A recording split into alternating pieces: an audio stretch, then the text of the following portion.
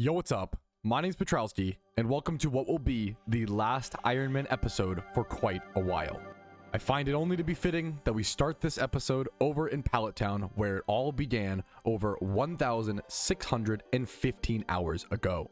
I want to first say I'm so honored that you guys have joined me throughout this entire journey up until this point. And don't worry, it's not over quite yet. And even though I'm going to be having a break for the next few months in terms of Iron Man progress videos, this series and this account and this challenge is going nowhere. I'm just going to be putting most of my effort into preparing for the upcoming shiny war within 2026. You see, to do well and to hold my own and to place in that event as an Iron Man is going to take a lot of hard work and preparation, and a lot of things that main accounts get to do kind of a bit easier. It's going to be a lot harder on the Iron Man, of course. But I don't want that to be any excuse. I don't want there to be any challenging of the fact that an Iron Man can get top 50 in the Super Bowl for shiny hunting within PokeMMO. And that is why today in this episode, I'll be farming more mysterious cherish balls to save up my chance at a low encounter shiny, or even potentially farming fossils in the future. I'll be doing a lot of fossil farming off camera over the next many months. Not to mention Leppa berry farming. I might put out a video every few months or so just to update you guys, or maybe I'll just do one massive progress video that's just been showing kind of all the boring stuff. Like, it's going to be a lot of months of boring stuff that I don't think you guys want to see. Just daily gym reruns, berry farming, fossil farming.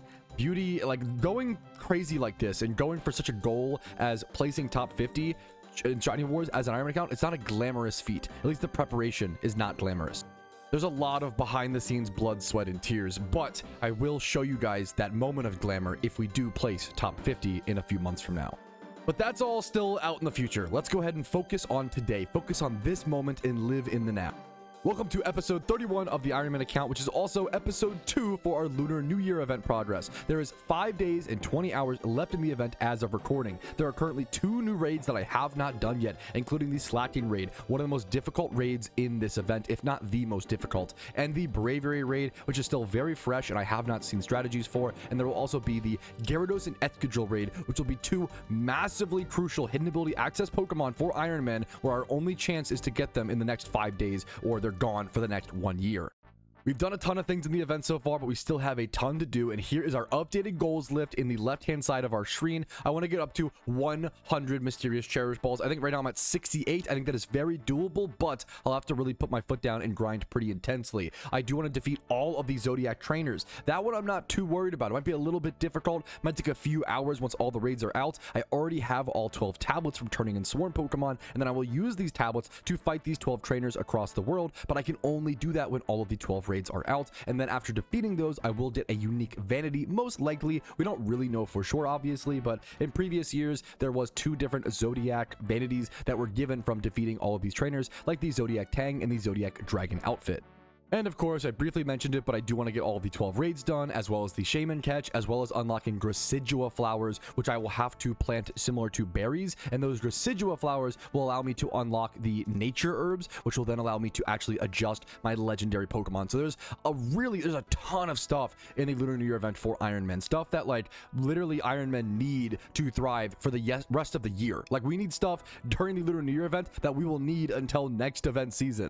So it is now or never. There will be no days off. I only have 5 days and 20 hours to get absolutely everything.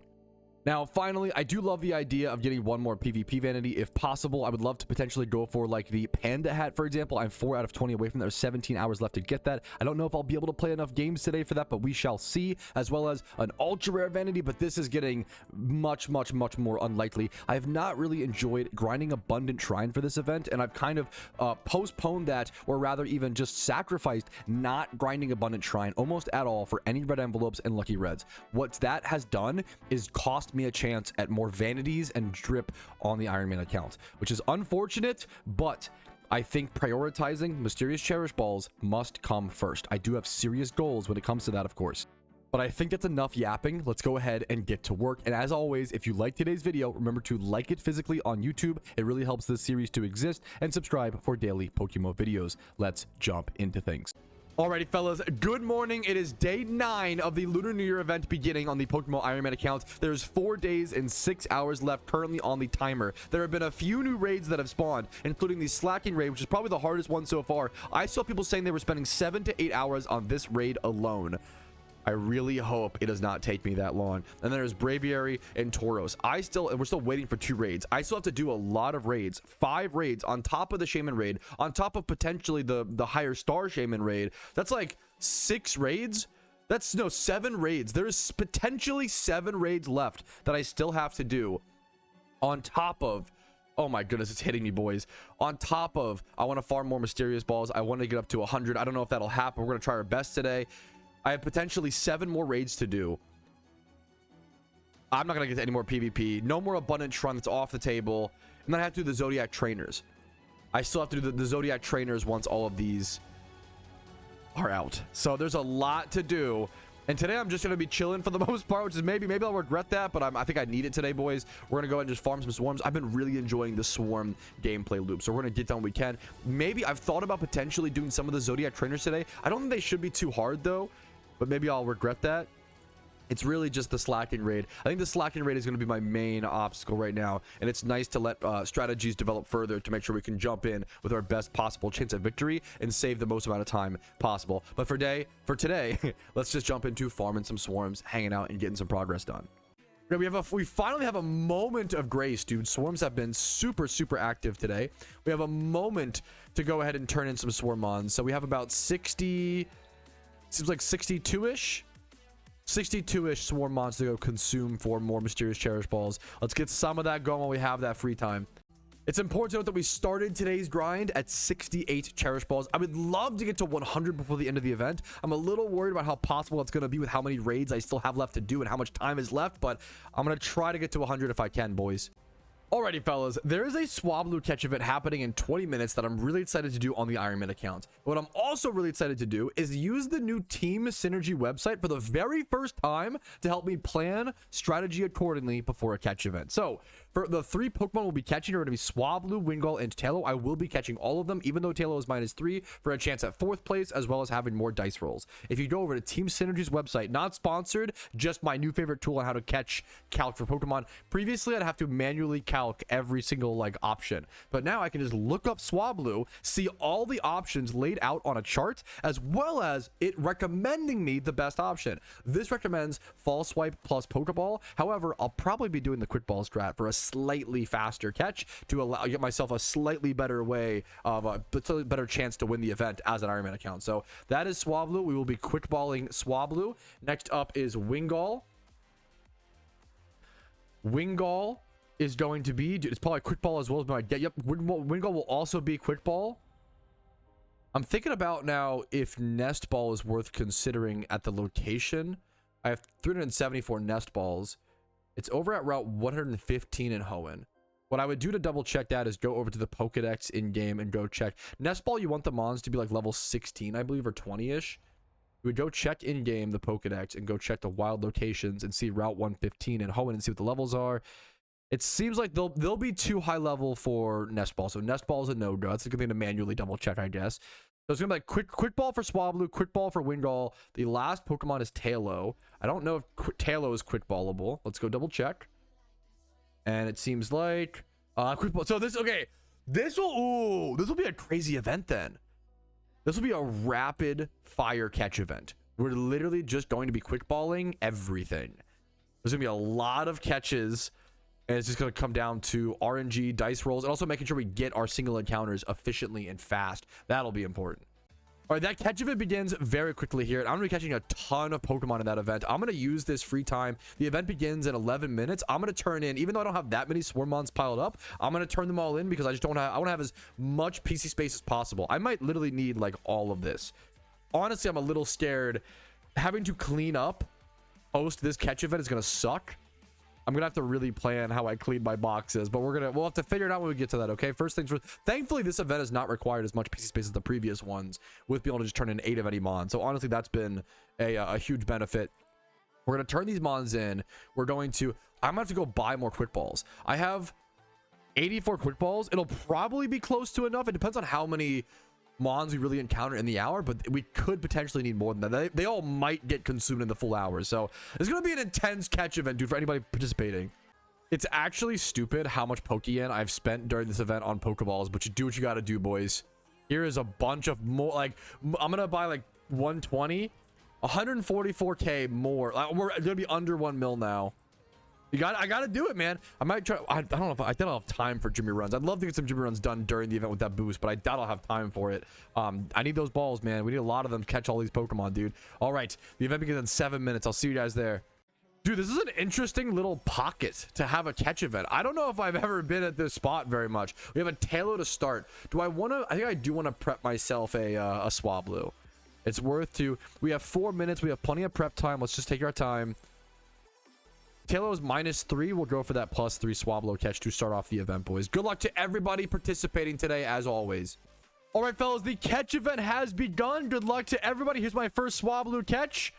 This could be a big one for Iron Man. I'm really hoping that an Iron Man wins this one, man. I think it's 3 p.m. on a Friday. I think a lot of people are either at work, at happy hour, living their life. Oh, this one's for the real Turbo Online loser Iron Man, bro. Giga Chat, I believe. Good luck, guys. Wait, actually, dude, I don't have enough time for all this PvP. Shadow, are you serious?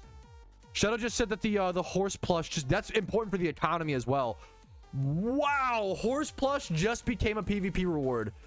Oh my goodness, that matters for the economy. The prices on these might fall. If you have one, I might sell it. It's up to you, obviously. That's really important for Iron Men. Oh, dude, I would love to go for this, but I don't know if I have I'm so short on time, dude. That's really interesting, though. Good shout, man. Good shout. That is really, really interesting. Oh, I don't know what to do with that information. It's really good information. I don't know what to do with it. All right, fellas. This Wingull might be the final catch. I might get one more. I pumped out a ton. I threw over 102 quick balls this event. That's 102,000 Pokeyen. And my boxes are super full. As you can see, that Pokemon just went to the training arc box. I might be able to catch this. Let's see. The event's over in literally seconds. It's 3:59 p.m. right now on my clock. I'm spamming F1. I'm spamming F1. I got the ball off. Okay, I think that counts the catch there. This should be the final catch. If there is some lucky... Yeah, the event just ended. I think this... Let's see the timer first. I'm going to check the timer first. Caught with 4 seconds left. It's nothing. I don't think I caught anything. I really tried, guys. I really locked in. I feel pretty proud of, like, I was able to catch 103 Pokemon in that catch event. That is pretty damn good. That is like 1.5 Pokemon, I think, a minute, right? Oh my god, look at this. They're leaking over into these boxes. Goodness gracious. I'm gonna sort by total IV and see what I can find. This is 134. This is nothing. 57. Oh man. Let's do sort by total IV and then catch date. Would that be what I want? Yeah, sure. And on my highest over here is this. I don't think I have anything worth submitting. 122. Man. Wait, what's this Talo? Wait a minute. That's not bad. When did I catch that? That's a 40. It's not even close. You need like 20 or below to get 4th place. That 27 cooked it. And then over here, I don't have anything. Yeah, that's... I tried, guys. That's all you can do is try your best. Give yourself the best chance of victory. I don't think I'm even going to submit anything. We did our best, fellas. We have a lot of cleanup to do. I'm going to get started on that, honestly.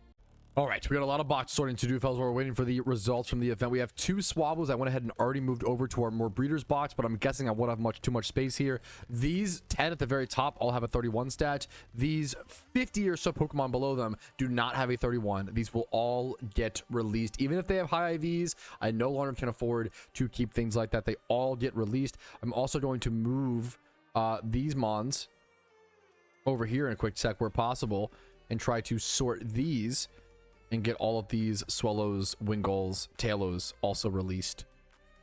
A lot of releasing of Pokemon here. A lot of Pokeyen that goes down the drain when it comes to catch events like that. Once again, I spent about 103k Pokeyen on all the quick balls just for that one event, let alone the quick balls for the swarms that I'm going to continue to catch, things like that, right? There's tons and tons of stuff, right? So we're going to keep sorting. It's pretty easy. I sorted by all 31, so this should go like this. Boom, boom. Not too bad. Now all of these, that is, what is that? 32 more Pokemon. So I released like 80 Pokemon or something like that. 80 or 90 Mons. And then all of these can go over to more breeders, but I'm going to run out of space there. That's okay. Any flood over can head over to B2 becoming my, like, you know, valuables. That's fine. This is totally fine. These can stay over here for the time being.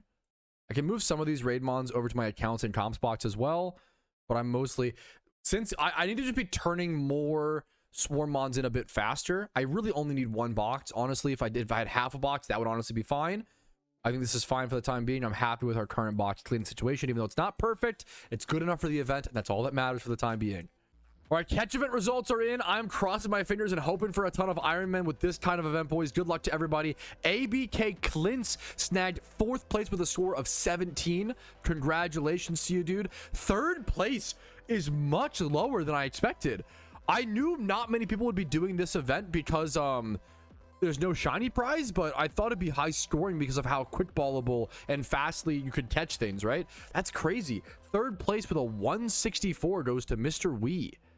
Wow. 2nd place to an Iron Man. 2nd place, Iron Moner, 169. Congratulations, dude. 2nd place, Iron Man. Someone had a 169 in chat. And then 1st place goes to 171 to Struce. Cool name. Struce with a score of, so an Iron Man got 2nd place at the very least, dude. Congratulations to you, man. Hell yeah. I was hoping to see some Iron Man take advantage of this kind of event. Congrats to everybody who participated, and good luck next catch event. We have more coming this weekend. I've been talking with chat, and I'm really exhausted. I'm really tired today, but I also am really stressed. There's so much to do. I have so much to do left in the event. There's only 4 days left, and I'm sitting here farming swarms. And yes, I've been loving farming swarms, but I think it's time to lock in. I have to at least get slaking done today. I know the kind of person I am not going to be satisfied. I'm not going to be able to enjoy my evening unless I put in some fucking real work today. So I'm going to try to get the hardest raid done, potentially in the entire event done now, on a day where I'm tired. I don't really want to do it. You know, I don't care. I'm going to push through. I'm going to get my raid team. I'm going to learn the strats, and I'm going to work my ass off and do the best I can. Let's get prepped and ready for slacking. All right, so the speed tiers are the biggest thing for slacking. It requires a lot of communication. You have to get fighting type Pokemon that are both below 227 speed and above 229 at different parts of the raid. You lead off with slow ones, and you also need to calc them at level 80. So for those who don't know, if you need to calc your Raidmon stats, you can use this little blue button here, and I can see that, for example, my Medicham is going to be 208 speed at level 80. So that can be used in the first half of the fight under these slow tiers of fighting type DPS. There's a lot of like really complicated things you have to weigh in, factor in, and consider when doing end game like difficult raids like the slacking this year. Okay, that's actually huge. I think it's worth it. I think I have the heart scales. We are making a few changes. We have actually a fair bit right now, thankfully. 4 heart scales to relearn high jump kick on my Hitmonlee. I'm going to put it over Facade. We have 3 fighting type attacks, but I think it's worth it. Yep. That high jump kick plus reckless is going to give us enough damage, hopefully, to push through. Plus adamant. It should be crazy damage on the slacking. Alrighty, fellas. Yo, what's up? My name is Patrouski. It is time to learn what is considered to be the most difficult raid, probably of the entire event so far, outside of the new 3 permanent legendaries like Cobalion and Virizion. The most difficult raid that's not permanent from this event being slacking. There's a fair bit of mechanics, a lot of DPS, a lot to consider. This might take me multiple attempts, and it'll be less of a guide and more so of my process to defeating it and beating it on an Iron Man account. If I can beat it on an Iron Man account, I believe that you guys can as well, okay, on a main account. Now, based on this guide over on the Raid Den Discord, we want to lead with a Tailwind on turn 1. So we have a turn 1 Tailwind user with Covert Mantle. I'm assuming that's very, very important to dodge Fake Out or something like that. We have a Sableye leading with Wonder Room and Prankster, Wonder Room, and then with Trick and Flame War, because if it lives on turn 2, you want to throw that off. We're going with some slower fighting type DPS to lead. I don't think they have to actually be that slow, but you do want to make sure that you save some fast ones in the back. So I have my Medicham over here. If you don't know, you can hit this little blue circle. This is a level 80 raid, so this level 100 speed stat's actually not accurate. You have to rotate around to level 80. My Medicham will be 208 speed here at level 80. Obviously, Tailwind's going to affect that as well. And then you have your Mienshao, or my Mienshao. I'm doing Expert Belt Adamant, 31 attack, 31 speed, close combat / high jump kick, pure power. Medicham, the pure power is very important. Adamant, close combat. Mienshao, 31 attack, 21 speed. Adamant, 31 attack, 31 speed. Life Orb, sharpness, and Sacred Sword delayed. Hitmonlee, Adamant, 29 attack, high jump kick, reckless, fighting gem. Then I also have my Infernape in the back, my fastest mon, Infernape, choice band, close combat. What's up, Steelosaurus? And then I'm going to be on, I'm on Screech duty. So I'm going to be on turn 5, throwing off a Screech with Scarf. I'm assuming there's some mechanic that prevents Prankster from working. That's my guess. I'm going to be throwing off a Screech on turn 5. So I'm going to see how this goes. This is our first attempt. It could all go downhill. It might take multiple attempts, is what I'm guessing. But we're going to learn together. Probably the hardest raid in the event. Let's go ahead and just jump into it. Really good call from chat. So from what I'm hearing is that a lot of abilities disappear once the Slaking Raid reaches a certain percentage of HP, potentially 40%, I believe. Yeah, ability suppression kicks in at 40%. So you actually want to use, so like Sharpness Glade, make sure to bring that in early, right? High Jump Kick, Reckless Hitmonlee, bring that in early. Pure Power Metachamp, bring that in early. I'm going to bring in my Mienshao later because it doesn't really, that's fine. Regenerate is fine. The ability does not affect my damage, right? I also am getting told that I'm going to be switching off of Screech, and I'm just going to be going a 6th DPS mod. I think for our team is better. Alrighty, fellas, I think we're going in. Here's our first attempt. This very well might take multiple attempts. I have to let that be known very, very clearly. This raid is once again supposedly the most difficult raid in the event. I think it was the same thing last year. If I recall, this game was literally, this raid was literally more difficult than Shaymin, if I recall. Now we have the ads. We have plus, I don't know the mechanics much at all. We have +2 Spadef on Slaking to start. We have Semi-Poor and Semi-Sage. I believe my job here is just to throw out some damage. I think I am going to go for high jump kick to this turn 1. If we miss a high jump kick on turn 1, so be it. We can just reset. It's not a big deal. I'd rather go ahead and go for that and try to get max damage here. If we miss it, it would be very funny. We can all laugh at the streamer, point and laugh. Ha ha ha. There's Wonder Room, the big mechanic of this raid. A CC coming out doing 5.5%, almost max. Very, very good damage. My high jump kick, come on. All you got to do is hit. All you gotta do is hit. We do hit our high jump kick, doing 5.9%. Okay, we're off to a good start, fellas.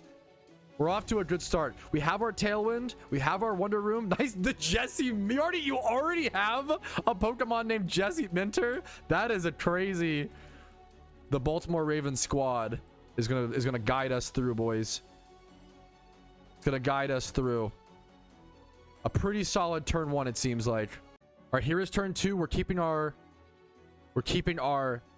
faster Pokemon in the back. Sacred Sword from Sharpness delayed. Once again, you want to use those Pokemon that need to use their ability towards their damage, like Sharpness Glade right here where possible. We're going to trick the Slaking, put a Flame Orb onto it, get rid of its extra damage. Sacred Sword from Delayed coming in, doing 4.8% damage. Not bad, but not as much as I would like.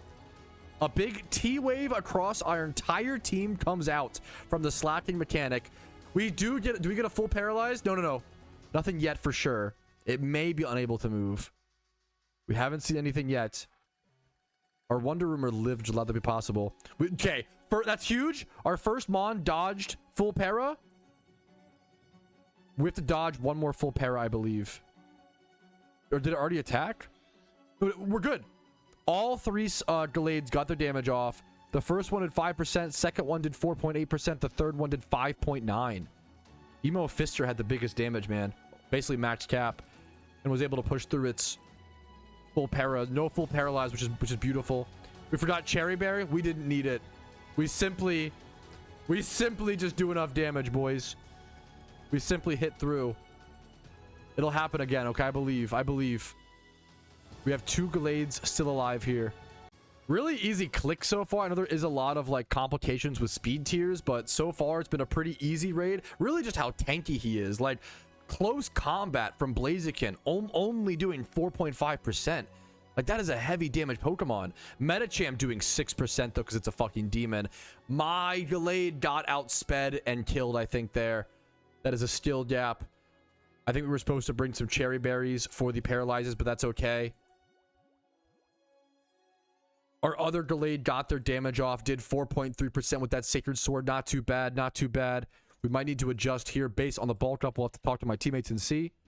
We're going for our first Screech on this turn since its defense was boosted. I'm going for a high jump kick with my Reckless Hitmonlee. It could miss here. It would be super unfortunate. It's important to bring him in now while we have our abilities to use our damage. Once Slaking gets below a certain percent, he'll start suppressing abilities. So once again, make sure to bring all of your people that rely on their ability to do damage early on in the fight.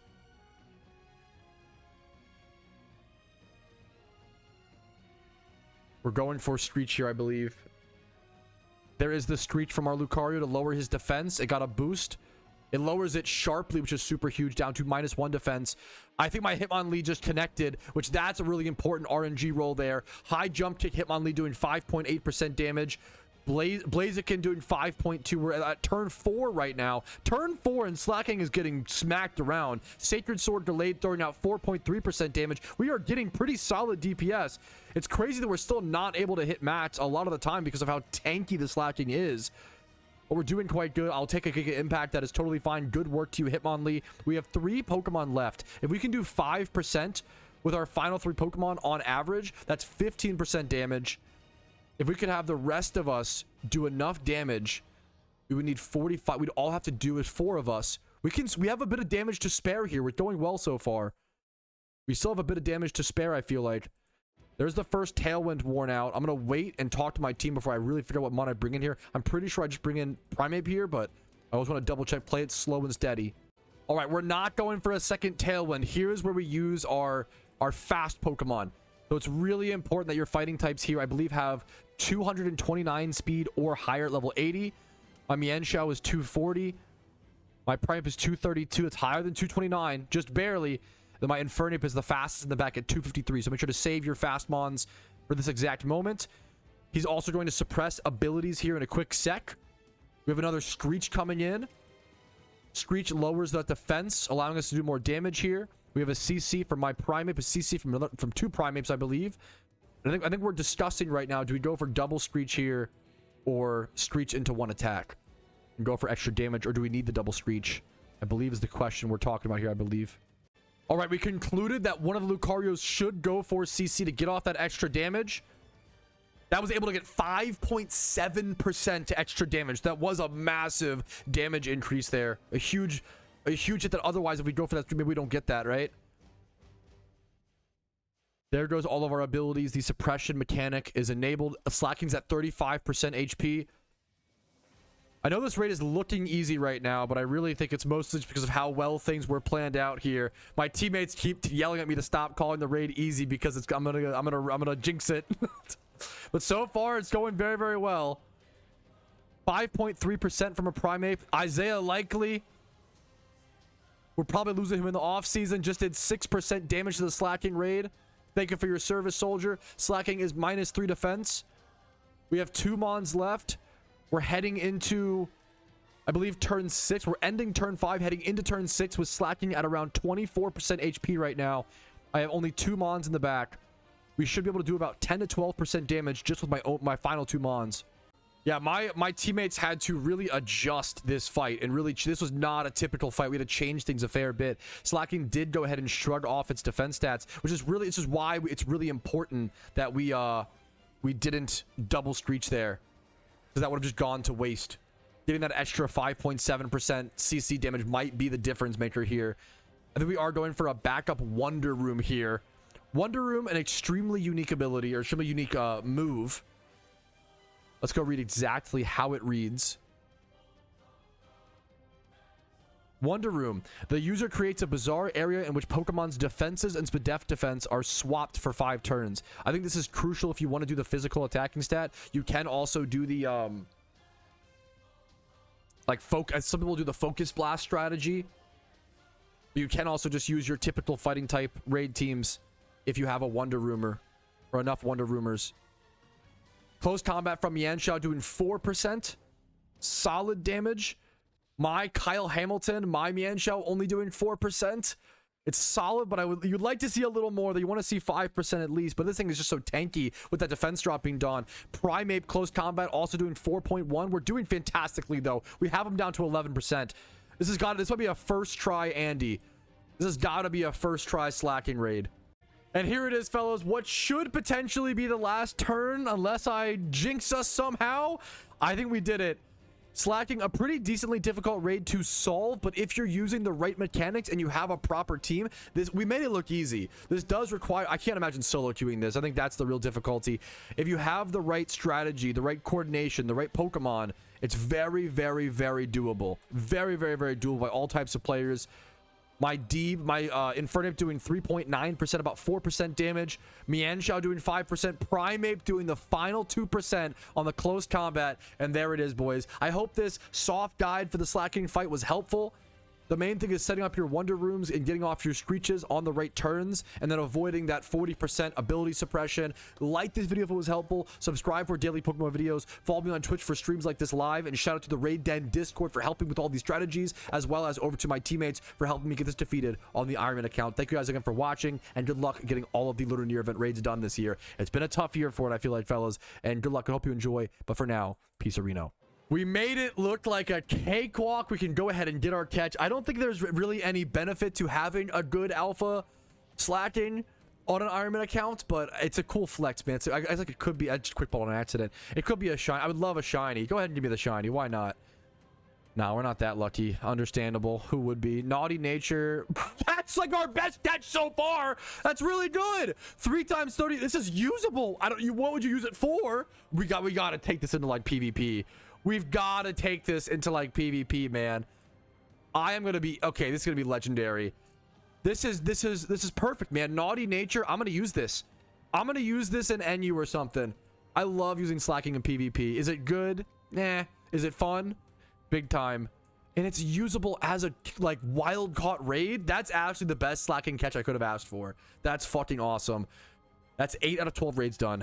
I'm going to try to also do, apparently Braviary is quite easy. We're going to try to do that, I think, today as well. Alrighty, fellas. Yo, what's up? My name's Patrouski. Welcome to my Braviary soft raid guide. This is my first attempt for the event as well, but I always use the strategies from the raid den and other teammates, stuff like that, to really get an idea of what we're looking for going into the raid before it actually happens. So we are doing the Braviary Raid. This is raid 9 out of 12 of the event. You can find the locations for that at the top right part of your screen over in the raid den. Once again, Discord is always a fantastic resource for that.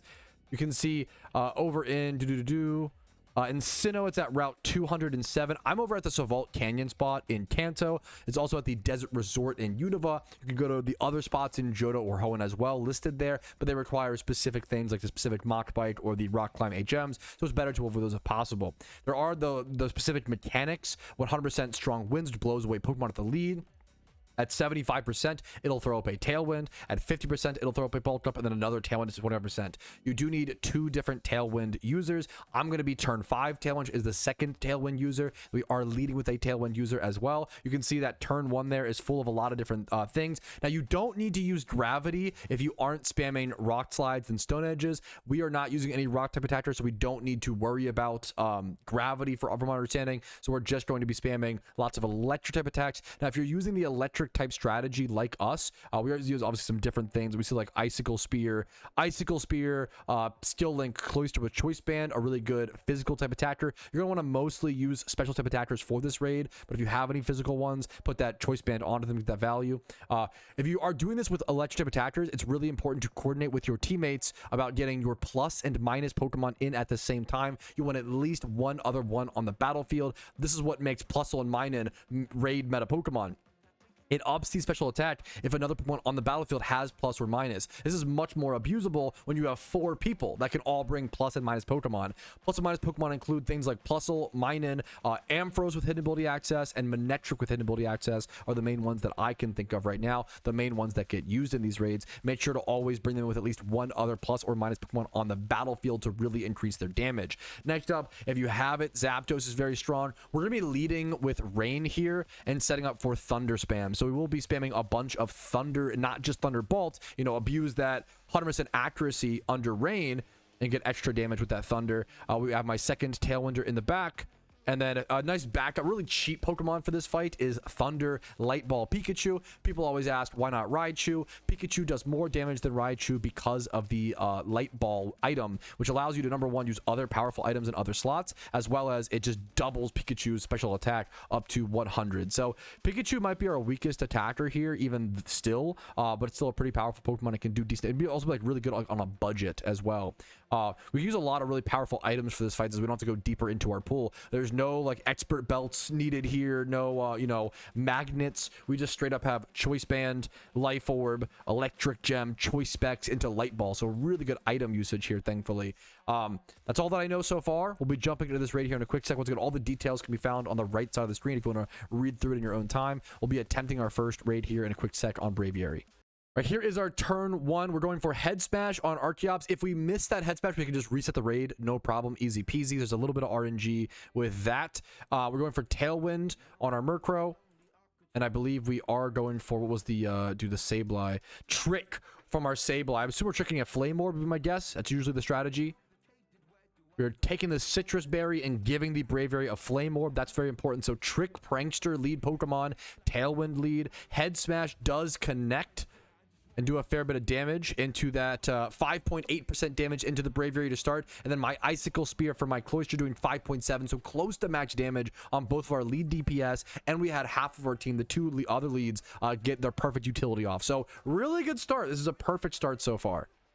All right, always make sure to communicate with your teammates on that plus minus stuff. I think we are saving plus minus for the final few turns. That was communicated in my link chat, so shout out to my teammates for properly communicating that. We are setting up Rain here, so I'm gonna go ahead and go into my Zapdos, specifically bring in a Pokemon that does not have plus and minus. You want to, once again, line. That's the most important thing here, is just communicating that. This probably is doable in solo queue.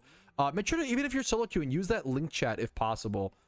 There's probably a decently doable raid via solo queue, but you will need enough people making sure to lead with that proper utility lead. It might be a little bit tough, honestly. I always recommend, if you can avoid it, I recommend severely avoiding solo queue. I'm just going for an easy Thunder here. Should be pretty simple. My Thunder was able to get off 6% damage. Huge. This is turn 2, and we already have the Braviary down to 80%, so we're doing pretty solid so far. All right, with our lead and DPS so far, we are heading into turn 3 with Braviary at 66% HP. We are once again saving our plus minus mons in the back. So here's a Thunder from my Pikachu. If you have Volt Tackle is better from what I understand. There's Marlon Humphrey getting off a good Thunder as well, doing 4.6% damage. Mallrat, aka my Pikachu, getting off 5.6% damage. Icicle Spear from our Mamoswine doing 5.7. Where as long as you're just doing like close to max or good damage, you should be good. The bulk ups are a little scary. You always want to use your physical attackers earlier on in this, which is why we're seeing the Mamoswines and stuff coming out now, to make sure we get them done before all the bulk ups come out. We're getting it just on time, it seems like. You want to keep an eye out for, this is turn 3. Keep an eye out for that extra Tailwind as well on turn 5 here. We're just DPSing here. Pretty simple raid for the most part. Right now we are on turn 4. Braviary is at 43%. We still have Rain up. We still have Tailwind, I believe. Yep, one last turn. We're going for a Thunder here. We brought all of our plus and minus mons in. I think we all just do 6% here. That did 5.9%. This did 6%. Plus and minus is super strong, man. It's super good. That's 5.9. I think we all just did max damage here. What's the final attack? There's a Tailwind from Braviary. I keep trying to get more Tailwinds up.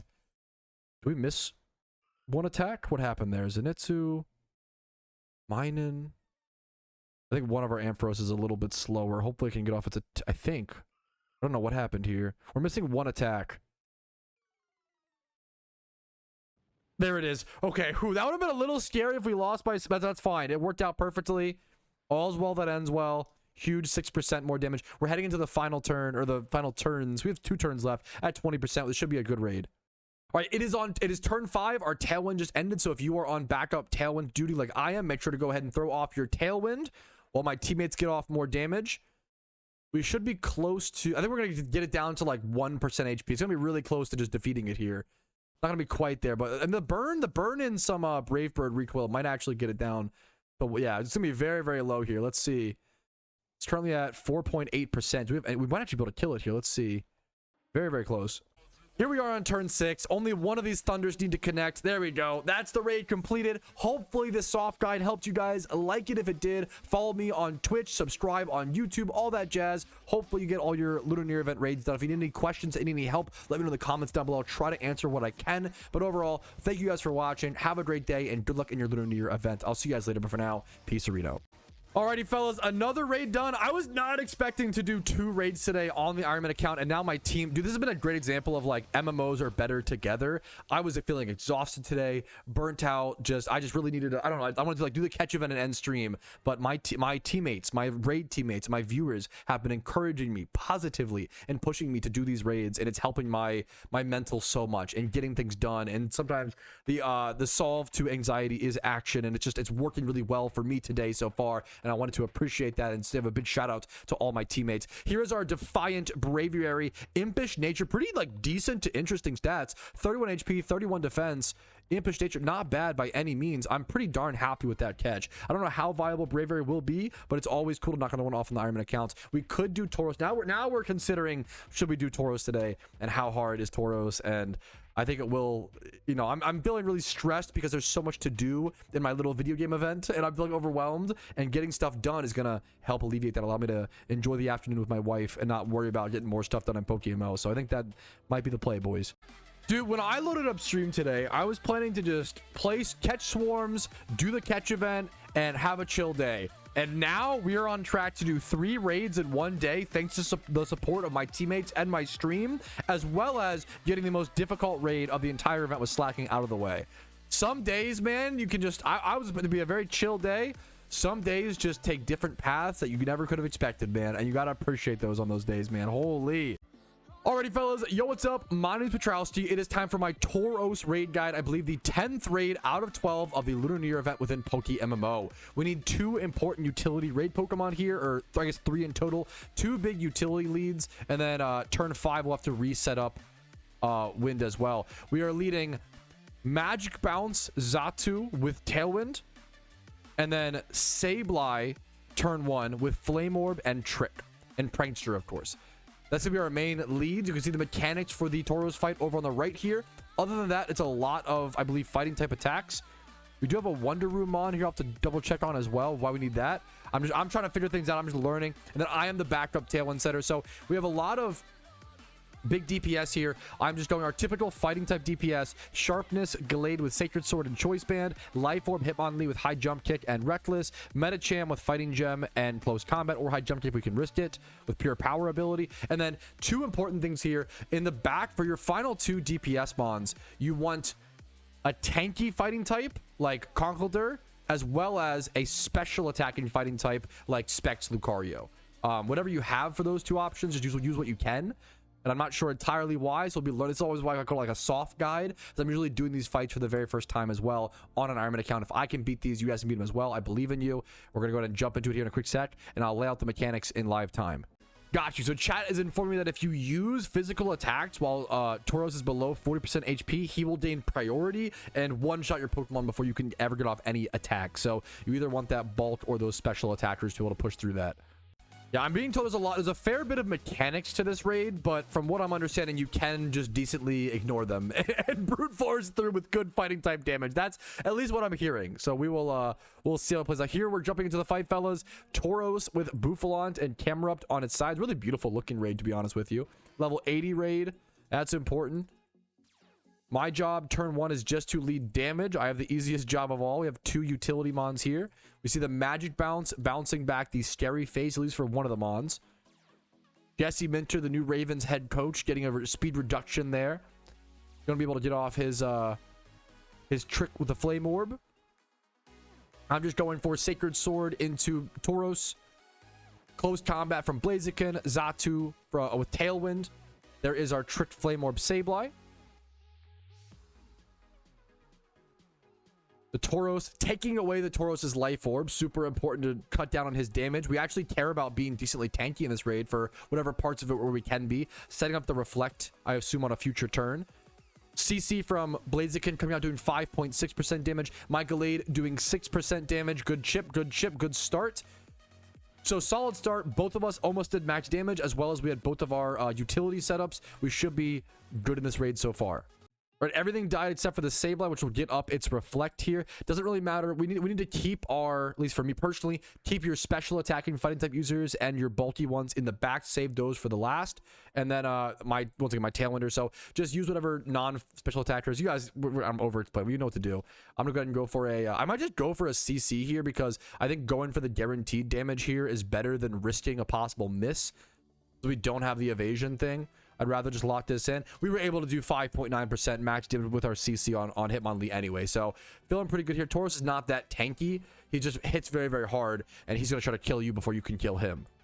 We're heading into turn 3, still pumping out our DPS. Now, we did run into a little bit of a snag here where our Sableye is actually still alive. So I think we are going to hard switch out our Sableye here just to make sure we can bring in more DPS here. We should be fine still.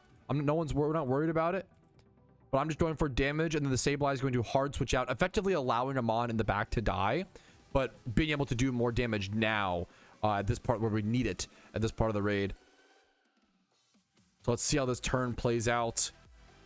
We see a CC coming in doing 4.8% damage from one of the primates, I believe. Yep. 5.9% from the Medicham. Defenses, but F drops, of course. Come on, come on. Fighting gem, very important there. 6% from the Gallade. Huge, huge, huge damage. We're missing hard, so that's all of our damage this turn. We did do that hard switch, so that's all of our damage. Turn 3 is ending with Tauros at 56%, which is quite good. Okay, we're in a little bit of a sticky situation here, but I do want to go ahead and bring in one of my special attackers. I thought about bringing in Conk, but my team thankfully reminded me. So basically, because Tauros is burned and the reflect is up, it's not worth bringing your tank Pokemon right now because he can tank without those factors basically later on. So I'm going to go into my not very good, like my Lucario is not built for this. It's naughty, it's mixed, it's not built for this, but this is what I have on the Ironman account for this raid. So we're gonna hope that does enough damage. I'm going for Specs Aura Sphere into Tauros. And I still did 4.8% damage. Honestly, pretty happy with that. Not amazing, but not bad by any means. I don't want to be dragging down my team just because I am an Ironman account. It's always very important to me. Sacred Sword coming out from the Gallade. Our Gallade lived, so we got off 2 attacks with that. That did 6% damage. And now we have Aura Sphere from our other Lucario as well, doing 5.9, basically max percent damage. And then Machamp here will get off some good damage as well. Tauros down to about 40% HP or so here. I think the Machamp should live some of these. Tanking a Zen Headbutt there. It might go down after 3. It's gonna tank 2. If he puts that many attacks into it, though, there is the close combat from the Machamp, getting off its damage still before going down. 4.5% huge damage. We're looking pretty good here. We might actually have to go 2 attempts on this raid, which is unfortunate, but that's how the cookie crumbles. My Lucario ended up living, and now I'm the backup Tailwinder, so I can't bring in Tailwind on this turn. There's been a weird raid. Sometimes you have to just adjust and steer outside of the normal strategy. So now we're choosing to bring in fast type attackers to counteract this situation. We still might be able to win. I love these guides are very much soft guides and a great way to show you guys like you don't need to play perfectly. It's often meant to show you can make a lot of mistakes and still beat a lot of these raids if you play properly and coordinate with your team a little bit and try to use some strategy, as well as obviously preparation is always nice. Mienshao tanks the attack, even though Tauros went for it beforehand. Close combat from Mienshao got off 6% damage. That was huge. Big 6% chip on the Raidmon. I'm hoping my Lucario can get off its damage. Darmanitan might go down there. It lived. Huge. Superpower goes off, doing a huge 5%. If that died, we would have lost 5% there. We got our 5% huge damage off from Fighting Gem, Darmanitan. Aura Sphere, is that my Lucario? Whew. Thankfully, my Lucario is getting some work in. I was a little worried about it being a bit weaker as an Ironman, of course, not being plus Spatak nature or being that Spatak EV trained. Was able to do 5.5% damage with the Aura Sphere Lucario. Tauros is down to 17%. We should be... I think we should be good. We should be good to beat it, I think, here. Okay, well, that's unfortunate. My Lucario lived again. That's more awkward. My Lucario lived again, so now we're having our Tailwind Mon like super in the back. That sucks. That was unlucky. There's not a whole lot you can do about that. Now we actually might have to FF, but it's 17, but we can still win this. It's gonna be weird. This raid definitely became very strange. We still have a lot of Mons. Yeah, apparently we have 3 Pokemon, 2 Mons. I think we still have it even through this. Once again, not even mistakes as much as like just weird RNG with this Lucario living. That's how it goes sometimes. I think this is still winnable. Yeah. Once again, just goes to show like how many things can go wrong in a raid and you still pull it off. I just go for Aura Sphere here once again. Getting damage off. I have to just die this turn, hopefully. Close combat from Yanshao, getting 5% damage off. Beautiful. Body slam. It does kill my Lucario before I was able to get my Aura Sphere off. It's a little unfortunate, but that's okay. I can still bring my Tailwind Mon here, guaranteed. 5.7 from the other Lucario. We're really close here. All right, I'm pretty sure this Tailwind won't even matter, but I'm going to go for it here just in case. This should be the raid defeated on turn 7 here. A lot of like you can brute force through this raid with just good damage, I think, in a ton of ways. We have Overheat and Fernape like BMing the Tauros. Like, this raid seems very, very doable with a ton of mistakes. There it is, guys. The Tauros has been felled. Hopefully you found this soft guide a little helpful. Like it if you did. Dislike if not, and leave some comments, some feedback as to what I can do better. I'm definitely putting these up more so out of like to log and document as opposed to good, well-structured raid guides. And I hope they can help somebody out there along the way. It's kind of my thought process. Subscribe for daily PokeMMO videos. I do upload every single day over on YouTube. I stream on Twitch, you know, whenever possible during events, usually Monday through Thursday at 12 p.m. ET. Discord's down below if you're interested in that. If you want to go above me on and support the content, YouTube memberships, Twitch Primes, Twitch subs, and PayPal and Venmo does allow me to be here. But I'm going to go catch this Tauros. I'll see you guys later. For now, peace, Reno. All right, dude. I did not think I was going to get all these raids done today. And the new raid. Wait. I'm not doing this today. I'm not doing it today. I'm doing it tomorrow or Sunday. But Excadrill is out. But let's first get our Tauros. That's insane. Excadrill just came out. Modest Tauros. I mean, the stats are pretty good, though. I don't see myself fixing this. Sheer Force Tauros is actually interesting. I'll have to see what I can do in the future. I'm not doing Excadrill right now, guys. I am exhausted. I need a break. I will save those two for Sunday. I'll probably come back Sunday and we'll try to do maybe the rest of the raids. We might do Exca, Gyarados, and Shaymin all on the same day and get that would feel amazing. We'll get everything done Sunday. But for now, we got 10 out of 12 raids done on a day where I expected to do 0 today. So I'm pretty freaking happy with that. I hope you guys enjoyed. I'm going to go rest up a little bit. Well, man. Wow. This was unexpected. This is going to be... Are you serious? This is going to be the one shiny on my Ironman account that I'm not going to have recorded. I was just doing swarm encounters. I'm a little bummed about that, but also I'm happy I got a fucking shiny. Like, what? Oh my goodness. Wow. Sorry, the webcam thing is up, but it's not actually up. Oh, I'm just, okay. I was doing swarms in my living room, hanging with the wife, watching a little bit of TV, very casual, very chill night, doing swarms. What? I'm in shock. I don't think it was secret from what I saw. I wasn't expecting. I think it's at like 3,000 encounters. It'll actually show. I logged off, or I didn't log off. I made sure to go to my desktop, start recording. I'm gonna catch it. I'm just gonna catch it. Really weird, fast Iron Man. I have to go. I'm gonna go stream tomorrow, and everyone's gonna be asking, "Hey, why is your encounter counter 1?" And it's gonna be like, "Oh, it was off. It was off camera. It was off stream." What the fuck? 3,900 encounters. It's from a swarm. It's a swarm Nidoran. It's nothing. Wow. Oh man, imagine if I went to the, there was a different, what was the other swarm? Imagine if I went to we could do the, I guess woulda, coulda, shoulda, all day. I keep trying to my Discord's like not loading. What was the other swarm? Well, now it's low. One sec. Dude, I wonder if I could see really quick.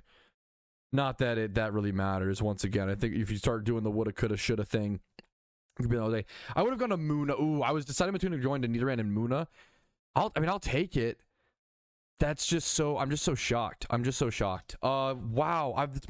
That's my first ever swarm shiny in PokeMMO. Oh, that's cool, man. It's a cool location. I'm gonna nickname it like swarm shiny event. Swarm shiny event. I don't know. I'm just so shocked. I'm just so jarred. What? I just got a shiny on the Ironman account. Wow. Also, for the stream memes, let the record show up, my wife is taking a nap right now while I got the shiny. So declines continues. Anyways, only some people will get that joke. Anyways, thanks for watching. Weird little shiny reaction, but yeah, wow, huh.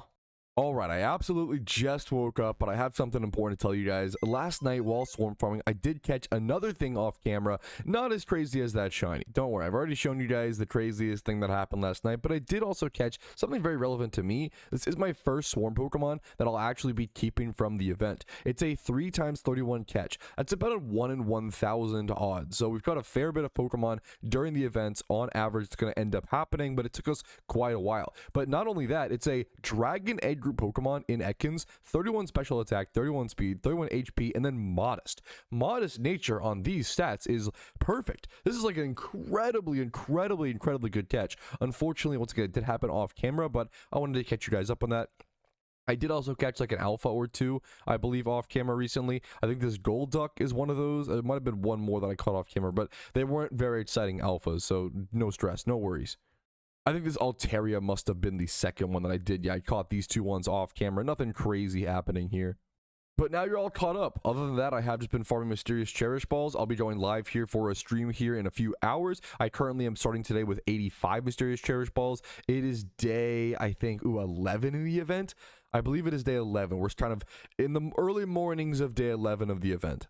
And my goal today when we go live in a few hours will be mostly to farm more mysterious cherish balls. I'm almost at that 100 goal, which I'm really excited to achieve. As well as, I think today might be a good day to go ahead and do these Zodiac tablets. I might do the raids as well, of course. We'll see how tough they are if I can get around to that today. I never really plan for the raids, but if I get to them, I get to them. And we'll see how that all goes today. Alrighty, fellas, I literally lied to you in the last clip. It's actually day 12, not day 11, okay? It is day 12. The event is beginning. We're starting today off with a Cottony alpha catch really quick. I'm gonna get... I just missed... That's fine. I misclicked, but that's fine. We're gonna get this catch here, hopefully, and then move on to farming swarms today, doing the Zodiac trainers, and potentially raids, but we'll have to see.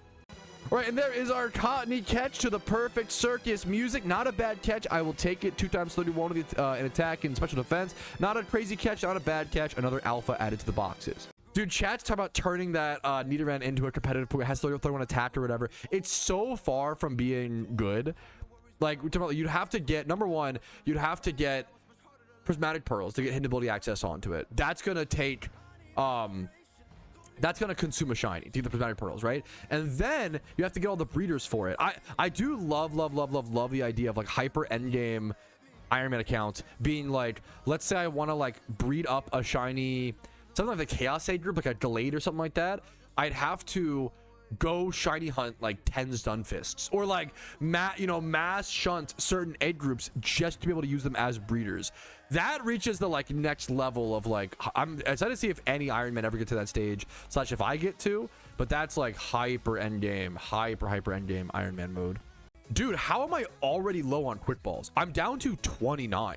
That's, I bought, for reference, I bought 200 quick balls I think 3 days ago.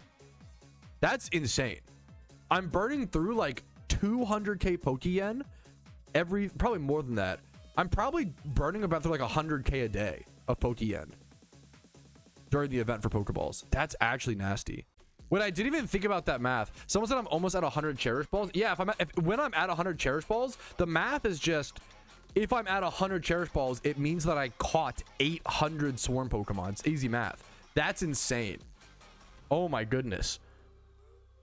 800, so that's like probably like 600 quick balls, probably around that, using the event. That's gross, dude. Yeah, also a lot of people will panic sell last year's product during the current event. Yes, and that's, if you made profit, you made, and I'm not trying to, that's not who I'm talking about. If you made profit, you made profit, right? But I will see people who will buy, what's a good example, like mysterious Great Ball 2023s or whatever, they're up right now, which is really nice. I'll see people buy these for like 60, 70k and then dump them to have the capital. It's people who didn't plan their liquid capital well enough, right? If someone like the best time to sell investments is something that I need to get better at. Sell my investments. The best time to sell your investments is not during event season. Generally, it can depend. It can be. It's good liquidity, but usually losing out on profits. I would start selling investments in the summertime. I think the summertime, PokeMMO sees a huge surge of players every year. and people have a fair bit of money saved up, and they're also not like, they're also far enough away from event season to where they're not like stressed about that yet, if that makes sense. I think the summertime is the best time to start slowly selling your investments, in my personal opinion. That's where I've seen the best, in my opinion. I am once again out of quick balls. I have been blasting through these during this event, and it's well worth it, but I've got to buy a bunch more. Do I buy 100 more? Not 200. Maybe I do just buy 200. I'll use them in catch events and stuff. 240k. I'm gonna be broke, man. I thought initially that I over prepared with Pokeyen prior to the event. Nope. I've spent 1.4 mil so far. Like, that's during the event, not even before. That's insane. 1.4 mil, mostly on Pokeballs during the event. I'm glad I got that 2 mil stack, dude. Dude, we're literally at 99 Cherish Balls. A massive, massive goal on the Ironman account that I wasn't sure if it was possible was to get 100 by the end of the event. And we are 1 ball away. Now, I'm not going to go finish that. I want to go do the Zodiac trainers, I think. So I'm actually not going to finish that quite yet, but that's crazy that we're that close. Alrighty, fellas, it is time to begin. Today, I will be doing all the tablet fights in PokeMMO, except for the horse one. I did that one already, so whoopsie. But 11 out of 12 of the tablet fights, all back-to-back today. This will be my logging of them for the future to have this video, or also as a guide for those who don't know how to defeat these fights. I'm guessing they're pretty easy, but we can also shout out mechanics along the way. I feel like with the team that I'm using today, I haven't done them yet, so I could be wrong, but I'm guessing with the team that I'm using here today, you can complete all of these fights pretty easily, but let's see if I'm wrong. I'm going to be using a Cottony with Tailwind and Prankster to double my speed at the start of each fight. I'm also going to be leading a Heat Rock Explosion Torkoal with Drought to set Sun and double my damage. This is just a Jimmy Run team, or a basic Jimmy Run team if you aren't familiar, and then double Typhlosion coming in after these 2 suicidal lead Pokemon with Eruption Spam with Choice Specs. And then if those can't get the job done, we also have a Crocodile and a Zapdos in the back. These combo very well because you can go ahead and spam whatever moves you want with Zapdos, as well as with your Crocodile, spam Earthquake, and the Zapdos will dodge all the damage. It is a flying type Pokemon. You get those Moxie procs on your Crocodile as well. So I'm going to start things off with the second tablet. We're skipping. If you do have to go, I believe, in somewhat of an order here. I've already done Zebstrika. You can find all of these trainers over at their locations. They're next to the raid dens. So you want to go to all the raid dens. So for example, if you're doing the Zebstrika raid in Kanto, it's going to be at Route 16, and Johto Route 44, in Hoenn Route 117, and Sinnoh here, and Unova here, right? So you can just use what's on screen now to find the locations. I'm going to be going over to Lopunny. So I'm going to be at probably Berry Forest and Kanto. I will see you guys over there for when I start the fight here in a quick sec. All right, when you head over to the right location, you'll find these trainers right next to the raid dens, like right here. I'm going to go and make sure I put my Cottony in the lead. I don't know what the mechanics is. The Rabbit Master. I don't know these mechanics at all. I'm just jumping into them. Once again, I think that these fights are going to be like really freaking easy with this team. I've heard that the Pid one is kind of hard because it pops Trick Room at the beginning of the fight, which is pretty difficult to deal with, honestly. So we'll see how that plays out. But we see a teeter dance from Lopunny, making the Cottony confused. I'm a big advocate of leading with these sacrificial leads, because so many of the mechanics that happen before the fight begins, which all of these fights have unique mechanics. They basically get off moves before the fight even begins. As you can see, they cheat essentially. Like, they got a teeter dance off, which confused everybody, and oh, I really need my Tailwind here. We'll see. As well as the Tailwind got off. Beautiful. Osmril got to Belly Drum before doing anything, right? So that's, you know, you get to cheat a little bit to watch out for that. But because we had our sacrificial leads be the leads, you know, our Typhlosions aren't confused. We don't have to worry about that. So they often waste a lot of their resources on those sacrificial leads. These are also double battles, which is super important. Chat's offering hints. Hints are cool wherever needed, but I don't think I'll even need them. I could be wrong. I'm probably gonna get Aqua Jetted here. Like, one of my Typhlosions will probably die here, but the other one should live and kill the Osmril, so we should be fine. Yep, like one of them's gonna go down from an Aqua Jet. That's expected.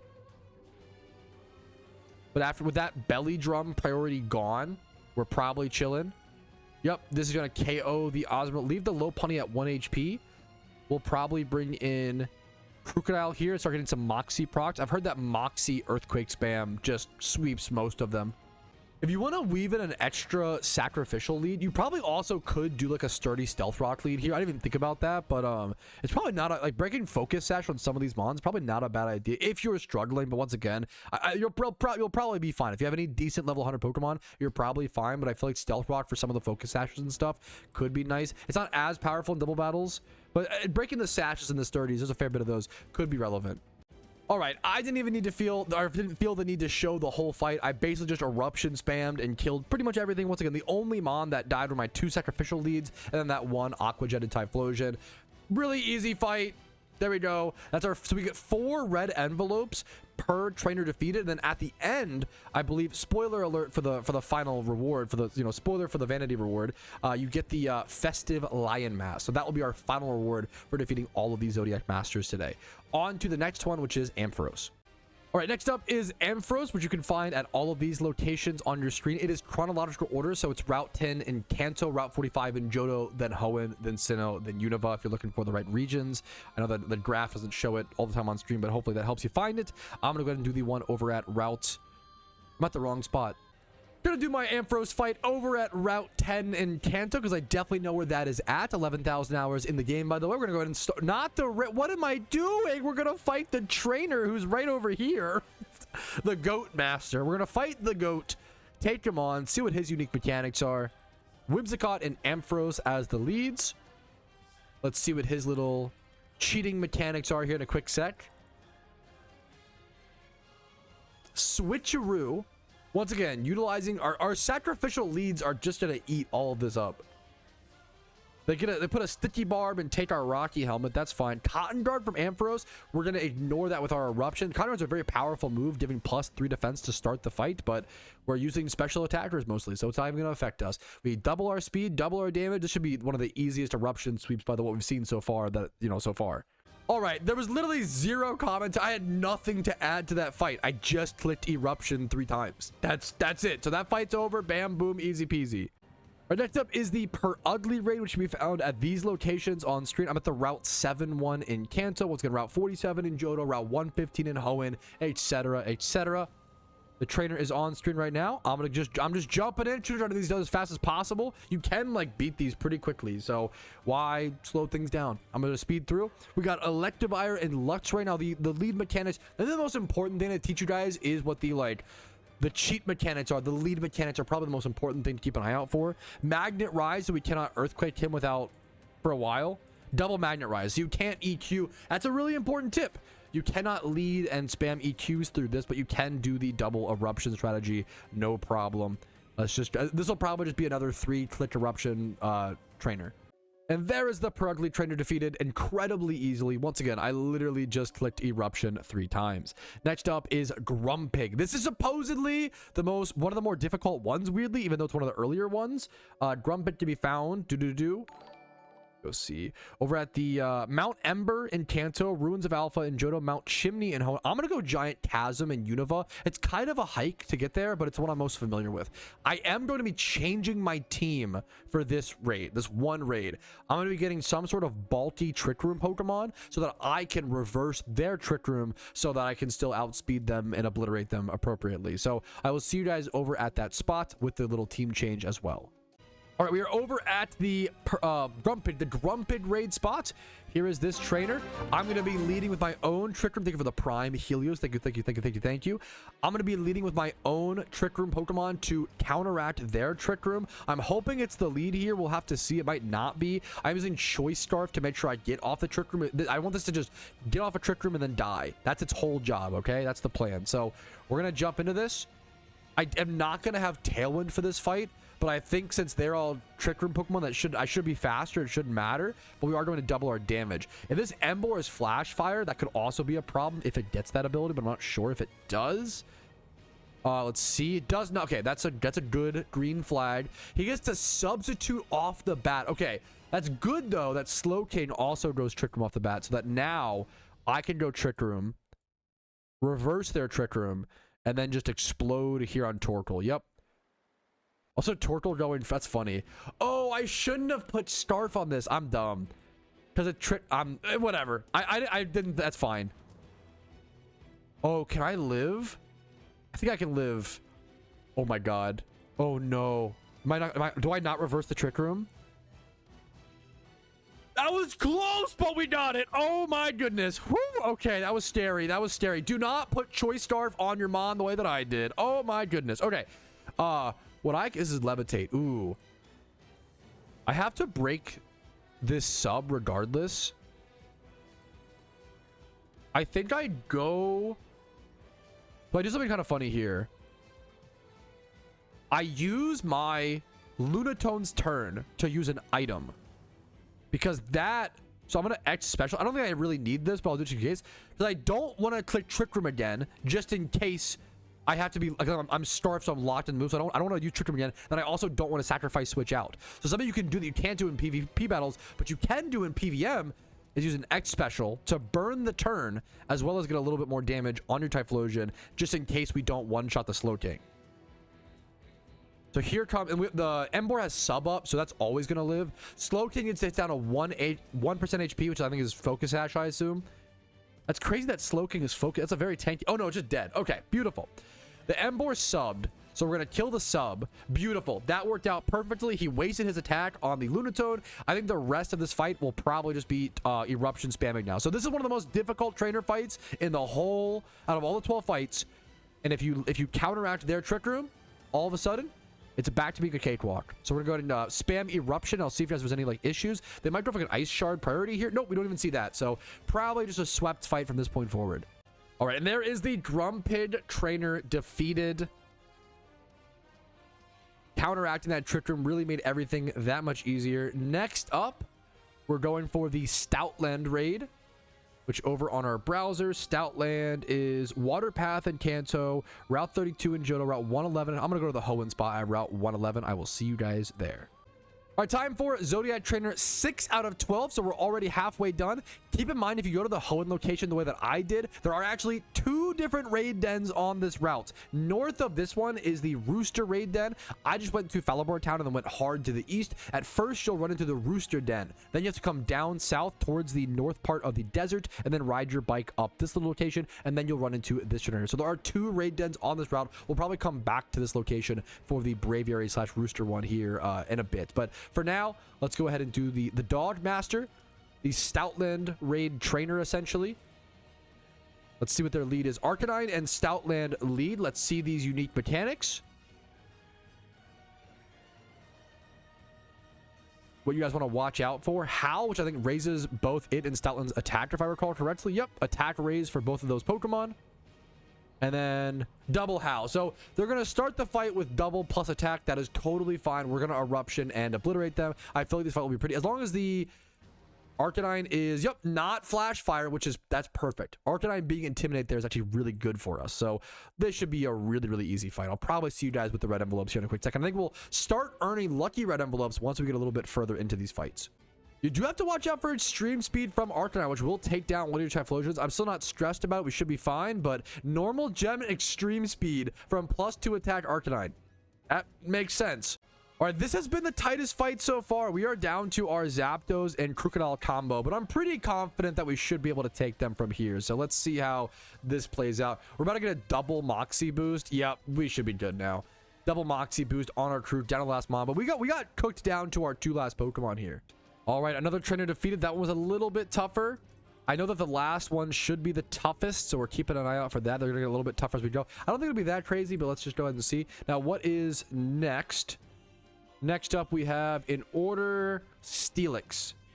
And Steelix, I think the best way to go to Steelix is like Mount Moon and Kanto. It's not a great, it's like the best way that I know of, so I'm going to head over to that one really quick. All right, on to the Steelix trainer we go, making sure that our lead Pokemon are level 1. We have our Typhlosions here. Let's go ahead and jump into the Snake Master for the tablets. We're down to the final back half as well. Serperior and Melodic leads. You have to respect Contrary Serperior. It can be a very powerful Pokemon and get very strong very quickly. We see a Reflect going up. Is it Reflect double screen? Reflect light screen? Yep. Double screens as setup. That's a decently tough one. Might be worth considering a Brick Breaker to break these, but hopefully we can just we might be able to just do enough damage even through those to where it's fine. We could also defog these screens if we really wanted to use our Cottonee in a different way. That's, ooh, that might be worth it. It's actually like really close. Tailwind or defog, double our speed or get rid of the screens. I kind of think defog might be worth it.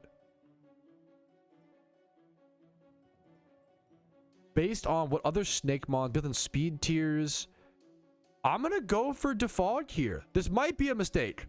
This might legitimately be a mistake. I'm gonna go for defog. I think it's worth it. We do boost their attack, but that's fine. That shouldn't matter. We double our damage. We're gonna outspeed, I believe. Hopefully this Superior doesn't outspeed my Typhlosions. That's a little scary. Icy Wind. I might lose off this defog play if these outspeed me. Hopefully that does not happen. But I'm hoping I do enough damage and outspeed them now to just obliterate. Let's see. This might be a risky play. We'll see if I messed up. I have to outspeed here really bad. I could even arguably... Okay, Helping Hand is scary, but it's fine. Please don't... We're fine. That was really... If one of those outsped, I think the whole thing might be thrown. But now we like turbo win. Beautiful. Turbo win time. All right, I smashed that fight so hard I even forgot to show the finishing clip. It was just really easy after those first few turns. Next up is Slaking over in Viridian Forest. We're gonna head over to that. I'll see you guys over at the big old Slaking trainer. All right, here is the Slaking Raid. This is raid number 8, I believe. Or not raid, sorry. Zodiac trainer. Zodiac trainer number 8 out of 12.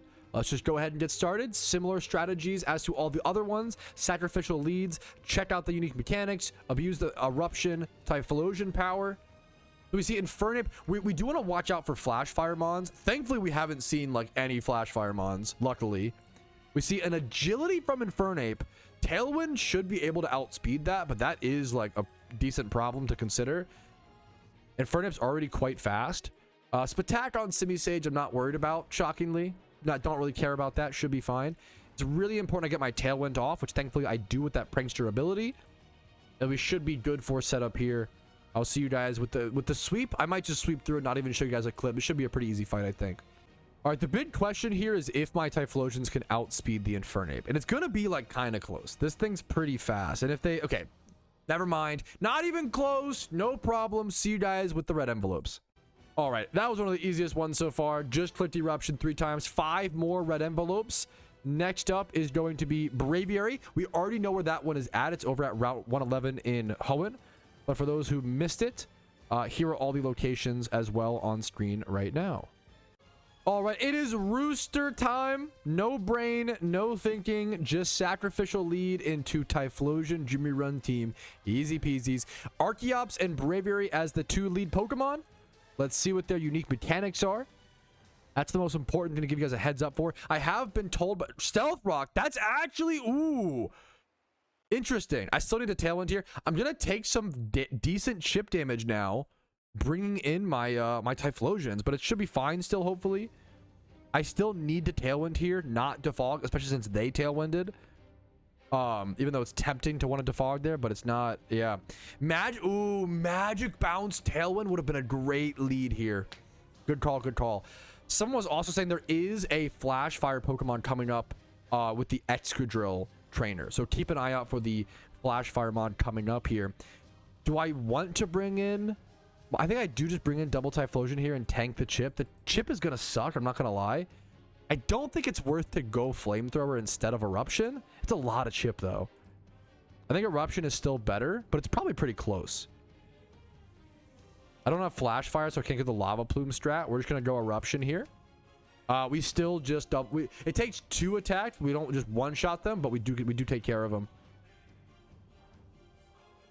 Still, it's so much damage. It's so much damage. We weren't even close to not killing them. Our Typhlosions got beat the hell up. We had that Staraptor get a huge Brave Bird off, chipping up one of my Typhlosions down to 3% HP. And then the Blaziken was able to get off a CC. So, okay, we're in a little bit more of a stickier situation. I'm going to go my Crocodile here. I think my Crocodile here can just wipe the whole field. I think one big Earthquake. If we can just outspeed the Blaze, which you should be able to, Earthquake is going to take out my Typhlosion. I also, I almost want to X speed or X attack my Crocodile. My Typhlosion's doing nothing. We're doing no damage here.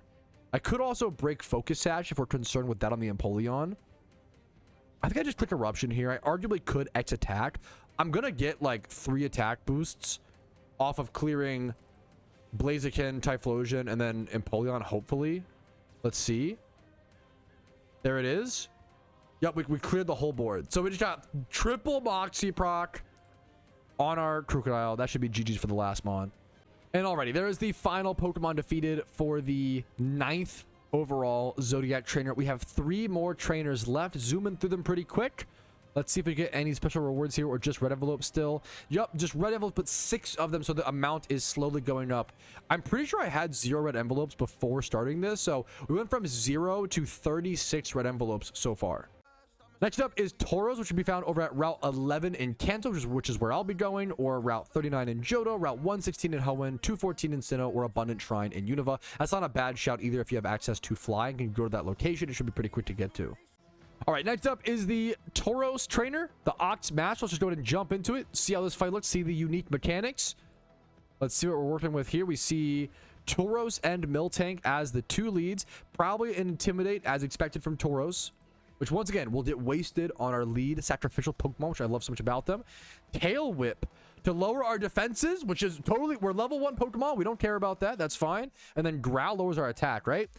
I feel like the sacrificial lead strat is just so good for these trainer fights. This should be a cakewalk. I'll probably see you guys after. We might get some lucky reds here. I'm curious to see if this is where we start, or maybe in the next one we'll start earning them.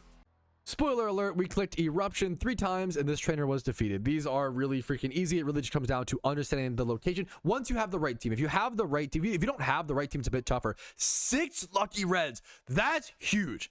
That's good Pokeyen if you're a main account, number 1. And then number 2, it's really good for Ironman accounts, of course. That's the only lucky reds I'll see all event. That's like 180k. No, that's like 200k. That's really good, man. 200k for 1 trainer fight. Obviously, you have to like get to this point. But that's like 200k, no? That's really good, man. That's awesome. I believe you get 200k like 3 or more like 4. Wait, do you get like 600k from doing this? Or like 800k in red envelopes? That's like really, really, really good. You might not get it. No. It's only, I'm sorry. I keep thinking we have to do this one as well, but that's just Shaymin. There's no Shaymin trainer, right? So it's just the next 2. Okay, so it's just Excadrill and Gyarados trainers. That's the last 2. We should have 2. Yep, 2 more tablets, 2 more trainers. We're almost done. The last 2 are supposedly the hardest by far. So let's lock in. Let's see first things first where they are at. We're going to Excadrill first, which I think is like deep in then all the Victory Roads. Victory Road in Kanto, Victory Road in Hoenn. Yep, I'm gonna go to the Kanto one, which requires no HMs. But it's kind of a pain in the butt. You might need strength. I'm not sure. We're gonna try to skedaddle our way over there. All right, on to the final 2 trainer fights, fellas. Excadrill and then Gyarados is left. I went over to the one in Victory Road, Hoenn. I went to the lower fly location in the Hoenn, so the Evergrande City one, not the top one at the Victory Road Elite Four type place. Go down here, and then if you just go like north in from the entrance, you should be able to find it pretty easily. I had a tough time in the Kanto one. This is the Rat Master. We are leading with our similar strategy. These final 2 ones should be the hardest ones by far, I believe, from what I've heard. I'm just going to be doing my typical strategy, setting up Sun, doubling our damage, doubling our speed. And it should work, I think. Let's see. Swords Dance from Sandslash. There's their unique mechanics to this fight. Let's see. Excadrill might be... I guess sand got set, I think was the other mechanic, but we overset it with our sun, which is why it's important to have a slow sunset or level 1. Not that you need it, but like a slow Torkoal is nice here because the slowest mon is what overrides all the weather by the end of things. So we're going to double our damage, double our speed, bring in our Typhlosions and see if it works okay. Oh, wait, wow. Is the unique mechanic they reset sand every turn? Oh, shit. That's pretty crazy because, okay, sand immediately reset. Rot-row, Raggy. Yeah, that's... I think we're fine. Well, are we? I'm going to wing it. If I have to go get water types or whatever, we can do that as well. We might still... We just kill. It's... Dude, Typhlosion damage is ridiculous. Look at that. We still just destroyed them. Like, that's... That's insane. It's just, it's too, I almost feel bad for the devs. How do they balance around Sun? How do they balance around Typhlosion? It does everything. Jimmy runs, well, almost everything. Here is, I believe, the Flash Firemon. So usually how I deal with a Flash Firemon is I'm just going to Eruption in the face of him, kill the ads, and I'm going to just let my Mons slowly die, let the Typhlosion slowly die, and then I'll eventually bring in my Crocodile, and I might need to X-speed it. We'll see if the Tailwind is up still. We'll see. Oh my goodness, this Eruption actually cooked my Typhlosions. We got counter Eruption teamed, boys. Okay, it's not worth to switch out here or do anything. Oh, wait. Oh, this is going to be close. We're in Blaze range, but we're just spamming Eruption at 2% HP, so it's nothing. This is going to be close. I think EQ Moxie spam can save us. We haven't even gone to our backup. We're down to, they have 3 Pokemon left as well. I think we're fine. I think what I do here, we didn't see like Magnet Rise or anything from Raichu, correct? I think I bring in Zapdos, Krook, X-speed the Krook, and then EQ via that. I think I need to X-speed here. I could, or I could, we're not wrong, I could Weather Ball the Typhlosion and get like a, that's kind of, would it be a grounder around, or that's really funny, ground or rock type attack with sand. Let's see. It's kind of an interesting idea. Because Zap will outspeed, but Crocodile won't, I don't think. It's rock. Will it outspeed? Typhlosion's 100 base stat speed. I feel safer just going for X speed. I like it. X speed on Krook into, because EQ was going to kill everything and not my Zapdos, obviously. So I like this play. I'm going to go for it. Double or raise our speed dramatically. Go for an EQ. Wipe everything. Get that Moxie proc. Beautiful, beautiful, beautiful. All right. Down to the last Pokemon. This should be this one defeated. We're down to the one last Zodiac trainer here, the Gyarados trainer here after this fight. All right, there is that trainer defeated. One more Zodiac Master left. We'll get 6 more Lucky Reds. That's 200k if you're on a main account. That's really, really good. I think you get 600k worth of Lucky Reds for defeating all of these, which that's really, really, really good. Next up, the final one is Gyarados over at Route 21, Dragon's Den, Route 119 in Hoenn, or any of these other routes. I'm probably going to head over to either Hoenn or Kanto. Not sure yet. Alrighty, fellas, it is time for the final Zodiac trainer. Okay, this is the toughest one. You might have noticed I changed my team entirely. So let me do a quick rundown and show you guys what it now looks like, because double Typhlosion strat, you might be able to beat. You probably could if you kept running your head into a brick wall and just kept retrying over and over again. I'm not going to do that. I have other Pokemon, so I'm going to use them. If you don't have other Mons, you still should be like, after a bit, you'll probably be able to beat it.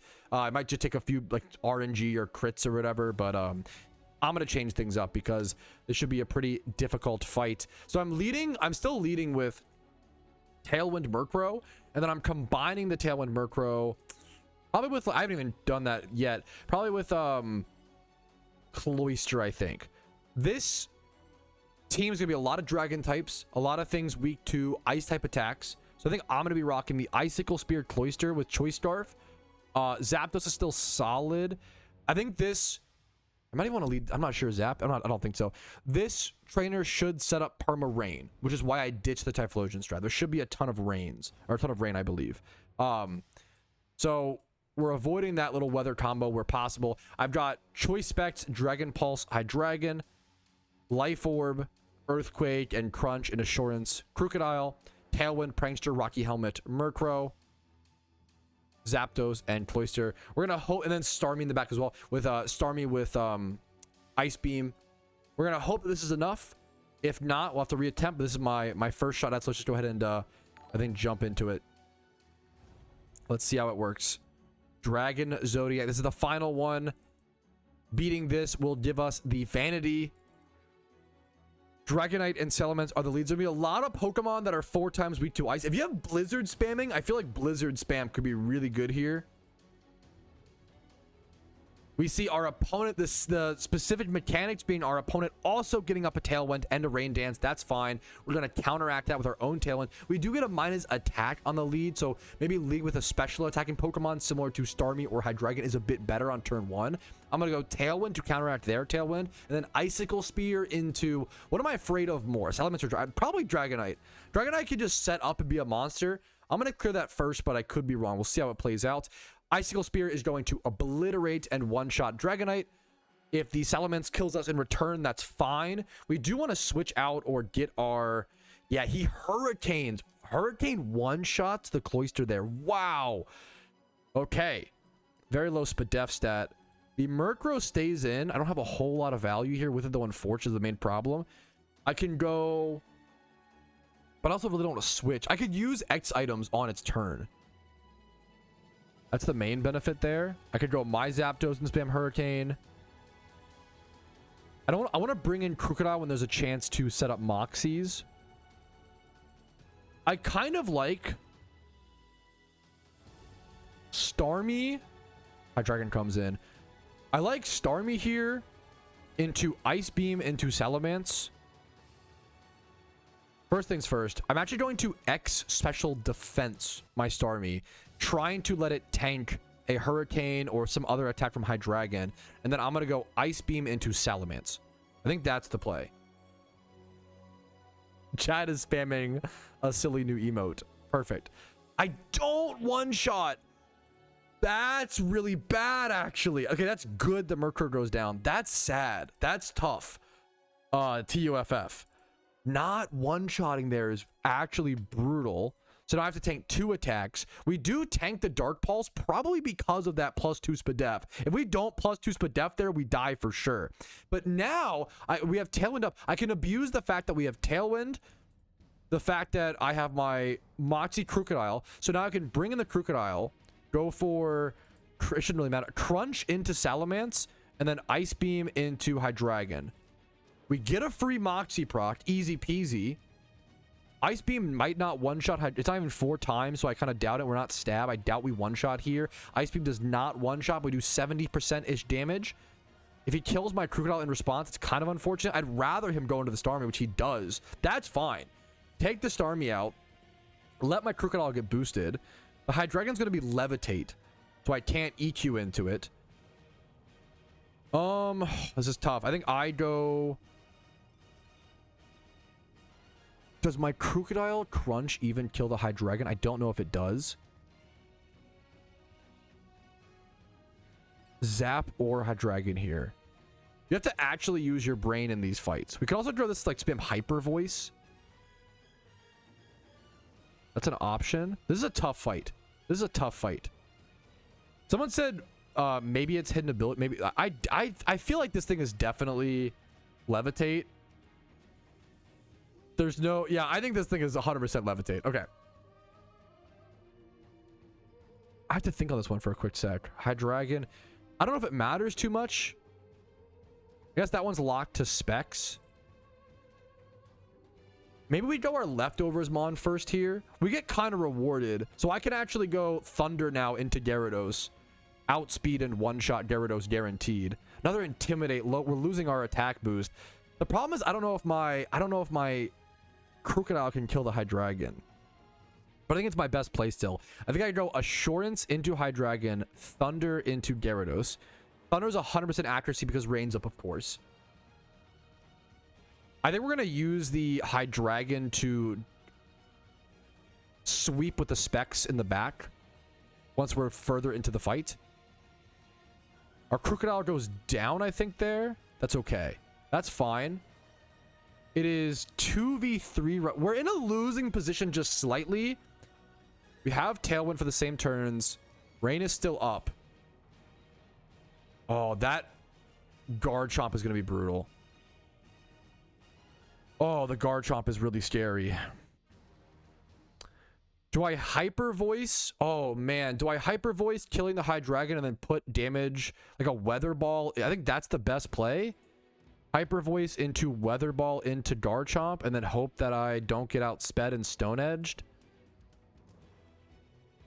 This is tough. Oh my, we're fast enough. Okay. Woo! There's a good chance my Hydreigon like doesn't have hyper voice there, because why, like, it's not really like, oh man, that was I think we won. I think we just won. That was a tough fight. We could have redone it, like, don't, you know, no real stress, but there we go. I wanted to win it first try for the Twitch Gamblers, boys. There we go. We got it done first try. Show me that reward on the Ironman account. Whew, that was a cool grind, man. I think the trainers themselves are like very, very doable. The real hard part is turning in all of the Swarmons to get all the tablets. Getting all the 12 tablets is very hard. There is the Festive Lion Mask on the Ironman account. A huge unlock. A sick Vanity. I'm going to immediately equip it. That's so cool, man.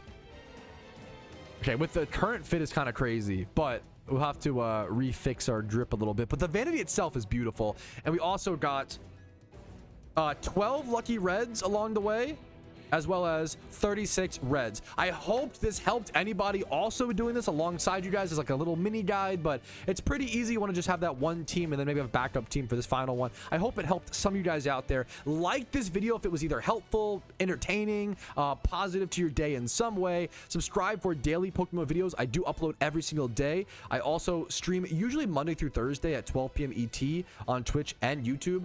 Discord's down below if you're interested in that. If you want to go above and beyond and support the content, YouTube memberships, Twitch Primes, Twitch subs, and PayPal and Venmo donations really do allow me to be here.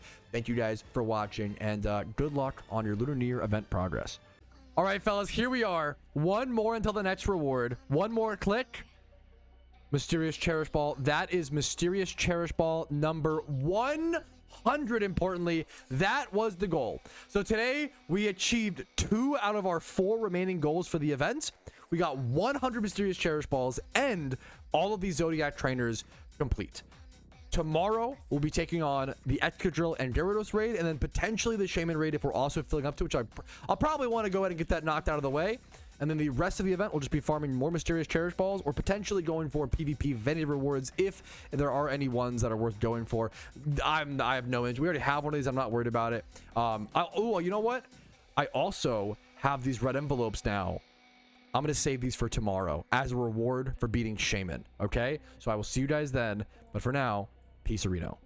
Alrighty, fellas, we are already jumping right into swarms on the Ironman. Today is day 13 of the event. There's about 3 days or so. We're in like a 15-16 day event here in total, which is pretty cool. Today we are focusing on raids. I am finishing the final 2 raids today, as well as doing Shaymin all today. Now I'm wasting a little bit of time as we have someone who is going to come do the raids with me in about 30 minutes or so. So I'm going to farm some quick ball swarms, chill out. I already have the team prepped and ready to go for Excadrill, but I'm just going to basically kill some time while we wait for our fellow raiders to log on and help us clear these. We'll be doing Excadrill, Gyarados, and Shaymin all today. That's our main priority. We are starting today with 100 Cherish Balls exactly, as well as I will be opening my 12 lucky reds, or my only lucky reds, and the red envelopes today after defeating Shaymin as reward for getting all of the raids done today.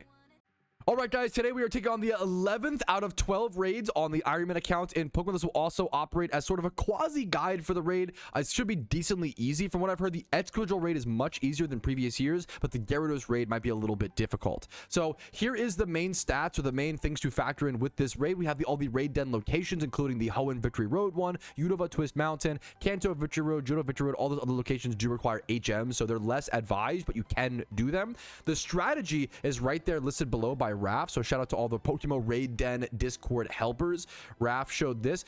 Turn 1, you do want a Choice Scarf Eruption Typhlosion on the left side. I am plans to hopefully take on that role with backup Unity, because why not? And then we'll also be leading a Tailwind user, and then someone else will be using Fire and Fighting type Pokemon. A lot of this raid is just Fire and Fighting type damage. You want to make sure to throw off that Eruption on the first one. Other than that, it's a lot of just Fire and Fighting type damage, and then another backup Tailwind on turn 5. Now, you also need to make sure you read the little bottom part. It says, make sure that all of your Pokemon are 81 base speed or above. So no Choice Band, unless it's like, you can Scarf them, that's fine. No Blaziken, no Gallade, no Medicham might also be too slow. you do need a fair bit of speed for this raid, so make sure to grab whatever fast type attackers. Yeah, Medicham, I would try to avoid Medicham, Blaziken, and we'll have to get our team sorted out quick. I just noticed. So you want to have some fast attackers if possible, but you can also, like they say, try Bulldoze or Choice Scarfs if you have some Choice Scarfs. I make sure to make all my fighting types and all my mons be at least over 81 speed to make sure we have those speed advantages, and hopefully we can do enough damage. I'll be using Choice Specs. You want to utilize some special attackers in this raid to utilize both Choice Specs and Choice Band, of course. So I have Choice Specs on my Chandelure, Choice Band on my Infernape. Darmanitan with Sheer Force has the Life Orb. Fighting Gem on my Mienshao. Expert or Black Belt on the Hitmonlee, and then that's Scarf on the Typhlosion. So I'll see you guys when we get the fight started here in a quick sec. Shout out to my teammates. I gotta call myself out. I thought Chandelure was faster. My apologies. My Chandelure is too slow. So good shout out, good correction. Chandelure, another 80 speed. I thought it was higher than 80 speed. My apologies. You don't want to bring a Chandelure the way that I did either. So we're gonna grab a different special attacker with a higher speed. Probably Moltres. Alrighty, fellas, the Excadrill Raid begins. It's my job and the other guys to just spam Eruption at the start. We're just doing decent damage here. We have a Tailwind being set up.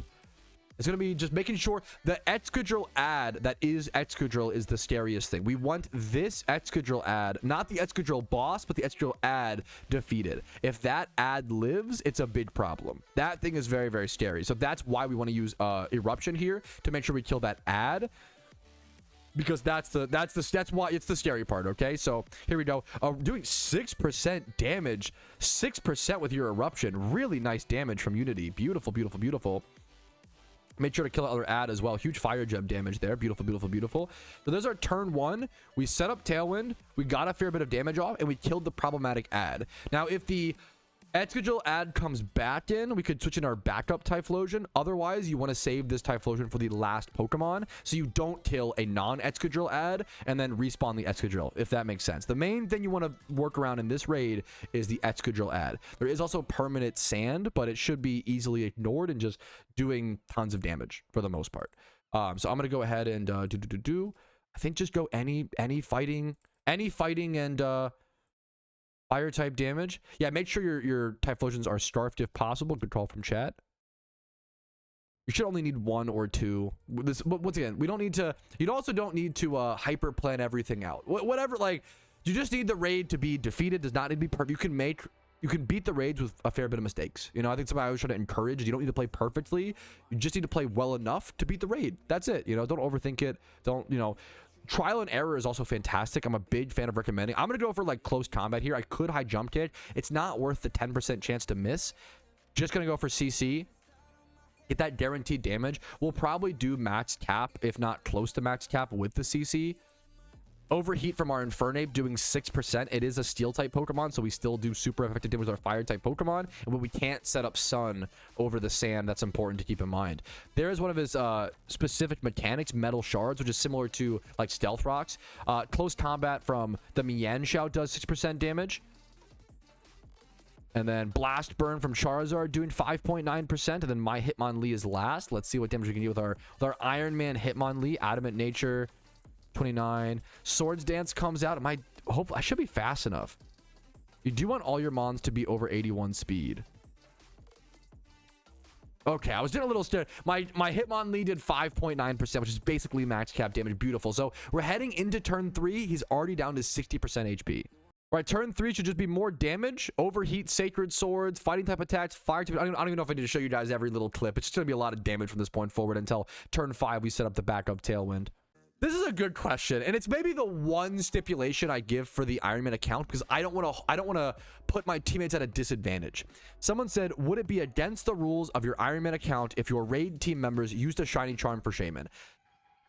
I typically ban joining Shiny Charms on an Iron Man account. However, I don't want to make my teammates not be able to pop Shiny Charm and have their chance at having the first Shiny Shaymin in PokeMMO. I think that happened. That happened in what raid was it? It happened in another legendary raid where someone was trying to go for it and they popped it without it. I didn't even realize it or whatever. I think that's fine. It's one of those like. It's going to increase my odds of getting a Shiny Shaymin by 5%. You know, I doubt I'll get it. If I do, that'll be I have to release it. No, I'm just kidding. I'm just joking. But don't hold me to that, please. But I really do feel like It's fine. Maybe I'm dumb. I think it's fine personally. Is it 10% for the, they buffed it, didn't they, for this event? That's true. Kind of funny. That's kind of hilarious. But I think it's fine. I think it's a fine thing to let it slide personally, but I understand holding a stipulation to it. More power to you. I don't want to hold my, the whole point of the Iron Man is not to hold my teammates back while still playing a limited game mode for myself, you know? All right, here is the Excadrill being defeated. Once again, very, very easy raid. For the if you have the mods. I want to get away from using the word easy. I've said that, I keep doing it, so my apologies. A mistake. Excuse me. There is the Excadrill defeated. We just did our lead. We killed the Excadrill. We set up Tailwind. We reset up Tailwind on turn 5. It was a pretty simple raid for me personally, at least, right?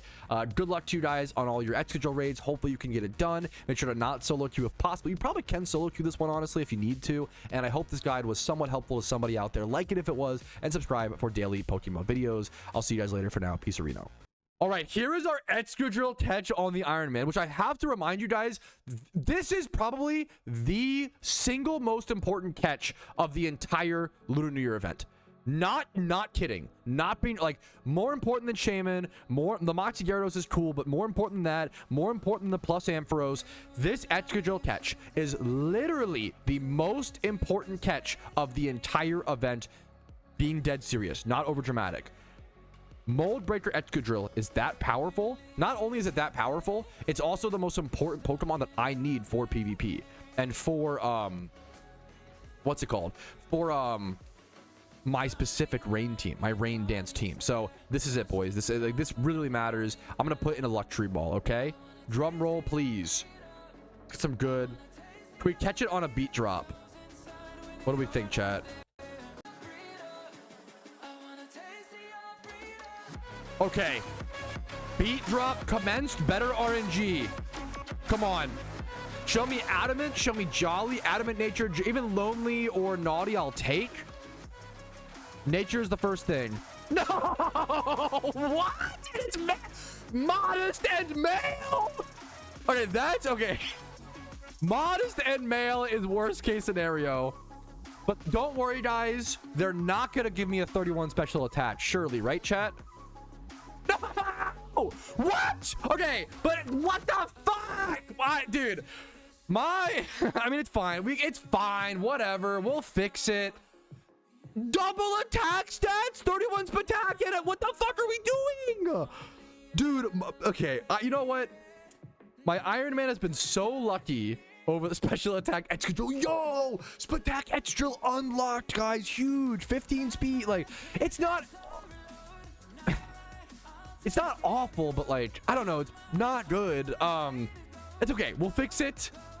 My Iron Man account has been so lucky so far. RNG is just evening out. That's okay. All my raid catches have been asked. That's okay, it happens. We can fix those. I'd rather get the RNG in places where we can fix, okay? Copium, Hopium, I believe, onto Gyarados. Okay, dude, I'm 3 for 11 on female event alphas. Are you serious? Not to, once again, I mean, you gotta appreciate the bad RNG and the good RNG, I guess, when they both come. I've caught 11 raid alphas, and 3 of them have been female. For reference, female is much better. Like, much better. Tauros, and also, to be fair, Tauros is a male-only species. So, realistically, it's 3 out of 10. But damn, that's not, like, you want the female...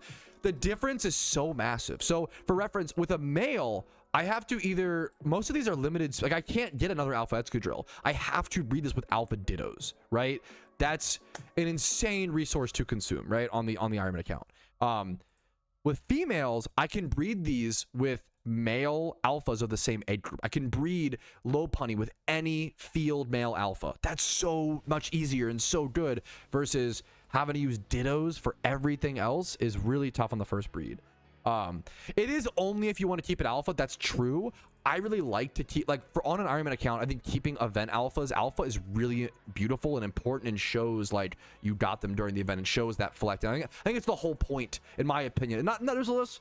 It's like you don't really need it for the pragmatic stuff, but I like it for like the MMOs are largely about collections and largely about arbitrary goals, and I feel like that's really important to you know, the Iron Man is inherently arbitrary, you know, it's a self-imposed challenge account, so I like keeping the alphas for those reasons. Dude, huge shout out to Diego in chat. I was about to bring this Starmie to the next raid, the Gyarados raid. It's not EV trained. It's level 100 and not EV trained because it's from the Christmas event. The Christmas event thing. Okay, thankfully I have so much medicine on my Ironman accounts. This is a perfect example of like I can just use them. Like this is a perfect example of like go ahead, use your medicine to EV train. This is speed, correct? We're gonna give this thing definitely max special attack. I actually need it to be slow. Maybe we'll speed EV train it afterwards. I want to put full attack into this thing for sure. Calcium. Okay, beautiful, beautiful, beautiful. Good call from the person in chat. I almost missed that. Like that's actually crazy. Let's do use on Starmie. How many do I need? Max 24. Beautiful, beautiful. Okay, we're gonna rock. We shouldn't need. We want it to be slow, so I'm not gonna be able to do that afterwards. But yeah, good. Okay, we can fix that with our vitamins. Huge. This Gyarados raid seems pretty difficult, but we should be able to get it done. From my teammates are taking a lot of the utility roles for me, thankfully. But we still have 3 slow electric type attackers, and then 3 fast electric attackers. There's a lot of specific mechanics. It summons a swamp at 50% HP, which quarters all speeds on our side. So we have to set up Trick Room to counteract that. So it's gonna be interesting, but I'm excited to use my I love this Pokemon. I'm excited to use this Magnezone. I love this thing, dude. Quiet analytic Magnezone. This thing hits like a 18-wheeler, not even just a normal truck, a huge truck. This thing does so much damage. Yo, what's up? My name's Patrouski. Welcome to my soft Gyarados raid guide in PokeMMO. This is just my first time attempting it. If you can use this as a resource, that's amazing. If not, I'm sorry, right? We're going to jump into things today. The raid den locations are Kanto Route 21, Hoenn 119, Sinnoh Route 212, Unova Route 14, and then Johto in Dragon's Den. This is a decently, very difficult raid. This is a pretty tricky raid. You need a lot of mechanics, a lot of specific things. Gyarados sets up a swamp, very importantly, at 50% HP. That's going to quarter your Pokemon speed. You have to set up Trick Room to counteract that and be able to actually get your damage off before he just outspeeds you and sweeps the hell out of you with his +6 Moxie. This Gyarados is a demon. He's very powerful. It's funny, he used to be one of the easier raids in previous years, and I feel like the devs, maybe they heard me talk about how easy he was and you would just spam Volt Switch, and now they made him pretty freaking hard. So we need to use some specific Trick Rooming counter strats at 50% HP. We also need to throw up a Quash at some point. I'm going to be going through the motions with you guys and really learning with you. This is less of a guide and more so just me learning the raid, and hopefully showing that experience to help teach others and give you guys a leg up heading into your own raids. I severely don't recommend solo queuing for this raid if at all possible. Now, I have led with 3 fast electric type attackers and then 3 slow electric type attackers. I do have some plus Pokemon that we can hopefully combine with other ones, but if we don't manage to get those, we'll have to communicate that during the raid. We have our Magnet Zapdos here with Thunder. There is permanent rain in this raid. We have Thunder on both of these Mons as well.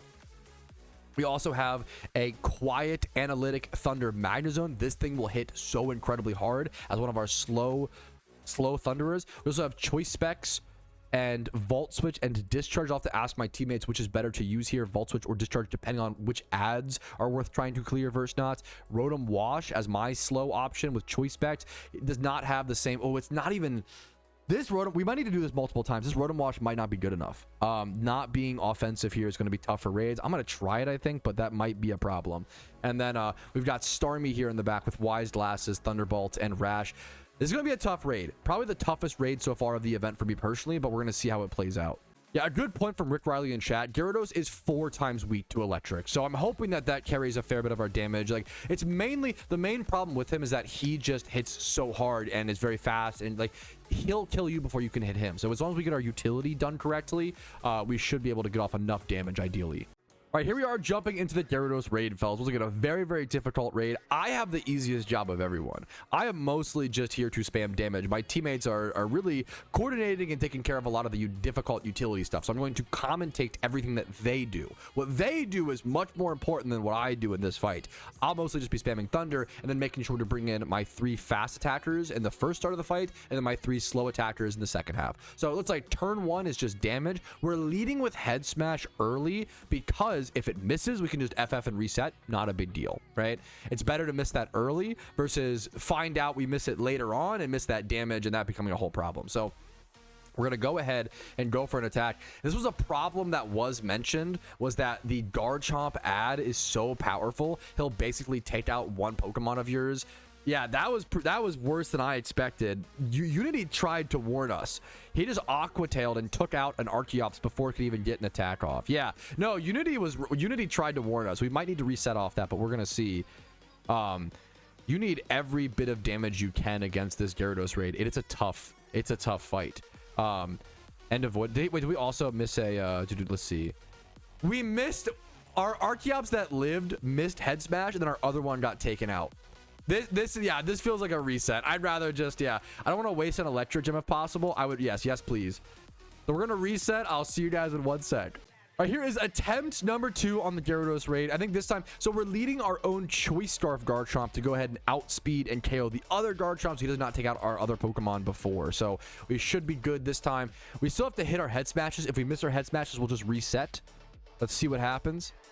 We have to hit 2 80% chances in a row. Surely we can do it. I believe. If not, once again, it's a turn 1 reset, so we lose nothing really aside from like 5 seconds of time. First Head Smash hits. We've done 12% damage so far. Second Head Smash also connects. So that's 18% damage on turn 1. Plus we clear the ad that killed. That's very, very, very good start. All right, here we are on turn 2, and I want to bring my fastest attacker here as the DPSer because we don't have Tailwind or any sort of like speed stuff set up right now. So you do want to have pretty fast attackers. I'm going to go for my Plusle, which is my fastest mon. This is where my teammates go ahead and bring in all of their utility Pokemon. So it's very important to call out what they do. Yeah, I do unfortunately have Plusle on the battlefield with no other plus-minus mons. That is a slight team building mistake on my end, so apologies. It's good to call out these mistakes like that so you guys can improve on them, but also show you that we should be able to beat these raids with mistakes made. So I'm going for Thunder here, but I want to more importantly see what my teammates do first. I think we are tricking Flame Orb. We're setting up Trick Room. We also might be quashing. We're doing a fair bit of things here, so we're gonna see what needs to be done. I think we are FFing. Another small mistake was made, and it's important to remind people, like, we literally have a structured, coordinated, actively discussing team, and we're still making mistakes. So if you run into solo queue teammates or strangers you've never played with and they make mistakes, please be kind, be patient. It's like I've played this game for over 11,000 hours. I make mistakes all the time in raids. Just everybody makes mistakes. It's okay. Just be kind to others. I promise you'll make tons of mistakes during your 12 raids, you know? Or if someone who's like, if you're on top of it, just make sure to help others who, you know, maybe make a mistake here and there. So, mistake was made. We're going to fix it and jump back, and there was an FF there. No, dude, my team right now is having a really, really good discussion. So we were all confused on why is it worth to trick a Flame Orb onto the Gyarados when his Moxie boosts his attack so high, the damage reduction's irrelevant, okay?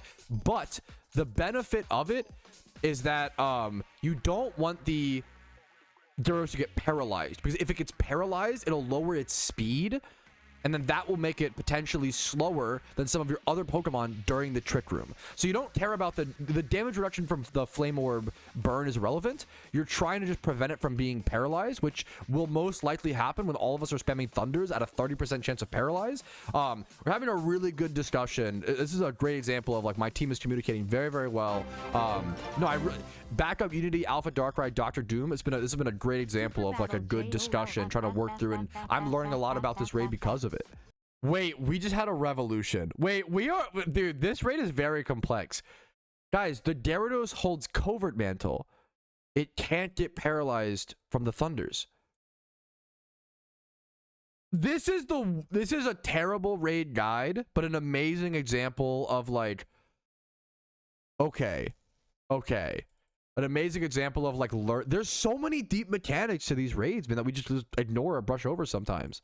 All right, we're running it back, and I think the funny thing is if we just continued the second attempt, we might have been able to beat it. But like, sometimes you gotta just think things over, and I would recommend, like, I think I FF too quick sometimes in raids. We gotta think for a little bit longer and really try to give it a real shot. So we've got to hit our Head Smashes again. We're gonna be lucky and do that, of course. We've got our Dragon Claw into the Garchomp turn 1 as per usual.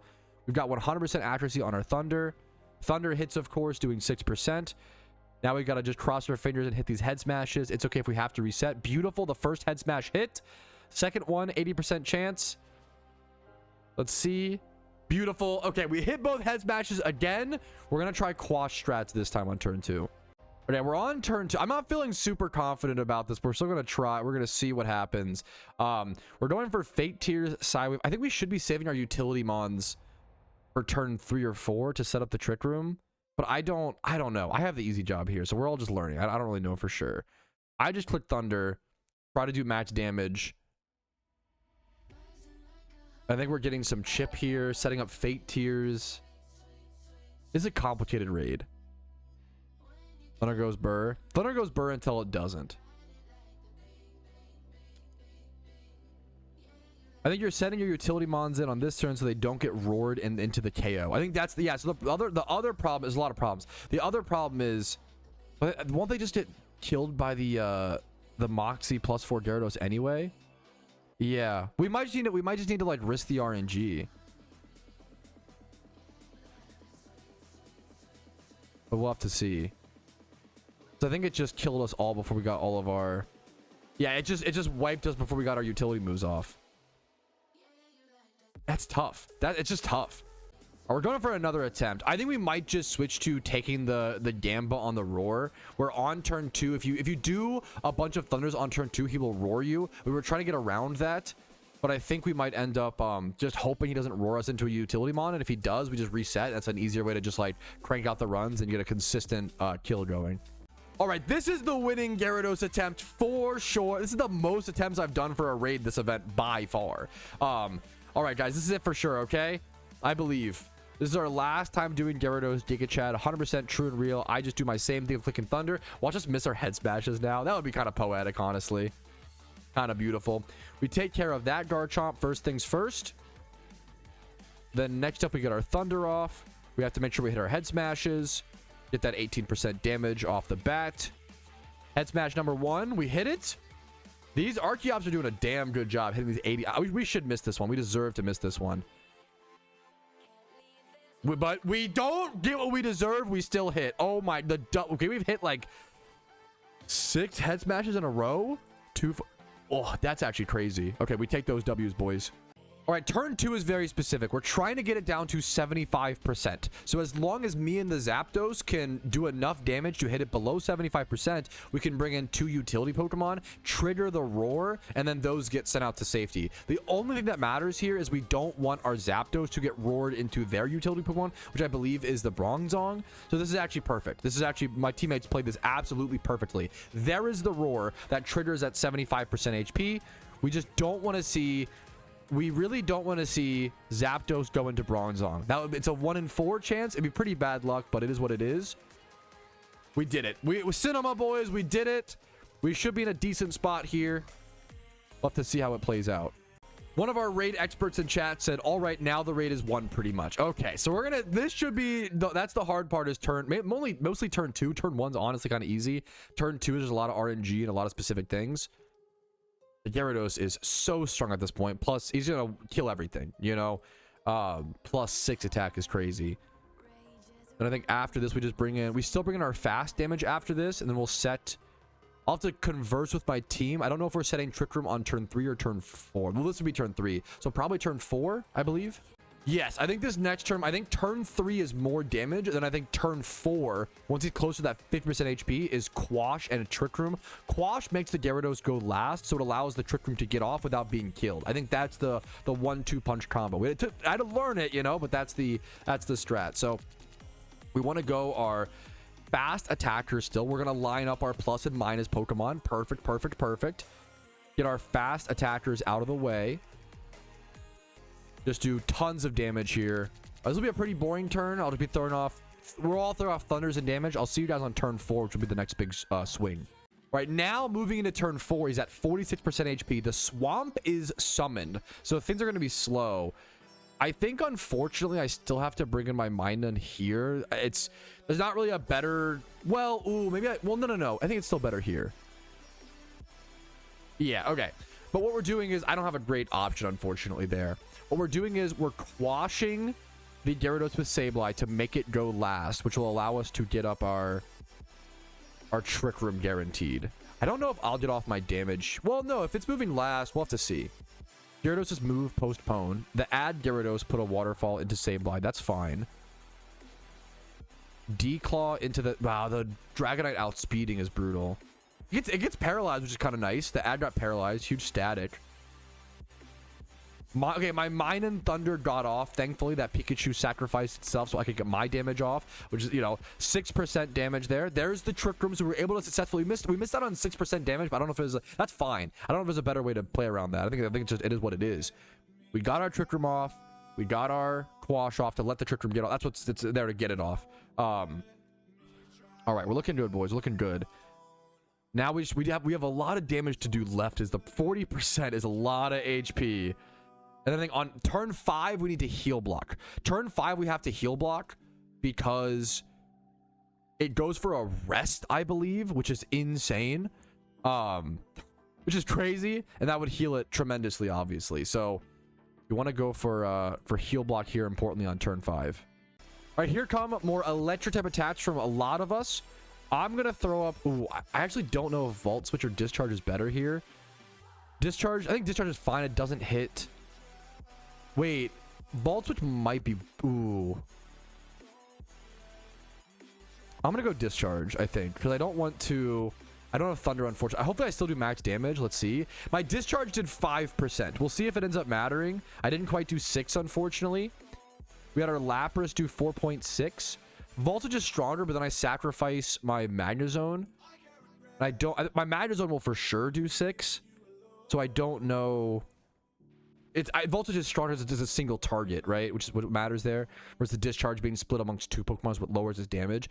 So there's the... We get the heal block got off. That shout out to our Gothitelle user.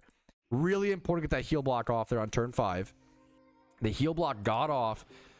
And that's going to put Gyarados down to 24% HP. We're looking good so far. Also, he's doing way less damage now. Is he like... Oh, no. It's the ads. He's asleep. So now do we have a... Okay. But he insta-wakes up because he's a raid boss. So he gets like 5 million turns. Oh, that's so crazy. You need something to survive? Surely something can live here. Wait, are we good? We had 3 live? I feel like we win this for sure now. That's actually so good. Okay, beautiful. That should be GG's, I think. That should be GG's potentially. That's awesome. This is a tough raid, man. Definitely the hardest one to solve so far for me personally. 5.5% from my Rotom Wash. Nice job, dude. I got a lucky crit. It did 0.5% more. I'll take it. If the raid comes down to mattering by 0.5%, thank you for the crit, Rotom Wash. All right, here is the final turn, fellas. We do have a Trick Room up, so we should be dandy. There we go, man. I think we need like 1% more damage. Really good job for my teammates. A lot of communication, a lot of... My Alpha Magnezone luckily deals the final 1% blow. Hopefully this video helped you guys complete the Gyarados raid. I don't even know if I'll put raid guide in the title for this one. There might be parentheses, or it'll just be called like the Gyarados raid. This was more of a learning process, and like it's a good thing to show this, to show you guys like you don't need to get raids done first try. You can make mistakes. I think some of the most fun of the raids is learning them, but I hope this helped some people out there to learn this raid a little bit better and get it completed, because that is super important. Like the video if it was helpful. Subscribe for daily PokeMMO videos. Follow me on Twitch for streams like this live Monday through Thursday at 12 p.m. ET. If you want to go above and beyond, if my videos and guides have helped you during the Lunar New Year events, going above and beyond via YouTube memberships, Twitch Primes, Twitch subs, and PayPal and Venmo donations is the best way to allow the content to exist. But thank you guys for watching. Have a great day. I'll see y'all later. Good luck in the event. For now, peace, Reno. All right, here it is. Either like the second or like third most, probably the third. Ampharos is probably the most important catch, or the second most important after Excadrill. This is like top 5. This Gyarados is top 5 most important catches. I'll put in a luxury ball. We'll see what happens. Come on, Gyarados. Someone said, surely not modest 31 Spatat. Surely we won't see that twice in a row. There's no way. 6 times 0. I would love 31 attack, 31 speed, adamant, jolly, hardy. Okay. I'll take it. That's fine. Is it female? It's male. I'll take it. Can't complain. No Spatak stat. The nature, you know, I don't see myself fixing this for a long time, but I'm fine with that. 2 times 31 and HP and Spadef. It's fine. Oh, I almost missed it. The dying flowers turned into a bouquet. We just unlocked the ability to do Shaymin. And I'm doing that today, boys. I'm getting it done. I'm getting all the raids done today. I don't know what the strategy is for that, but we're going to go figure it out with the Wilted Bouquet. That's the best news I've heard all event. I just asked someone in chat, Raph, one of the raid den guys, is there like one Shaymin Raid, or is there two? Is it like a sky form Shaymin? Often there's like 2 different raids for that final raid. When on the Ironman account, you kind of got to do the second one for the rewards usually. Apparently there's only one Shaymin Raid. That's the best news.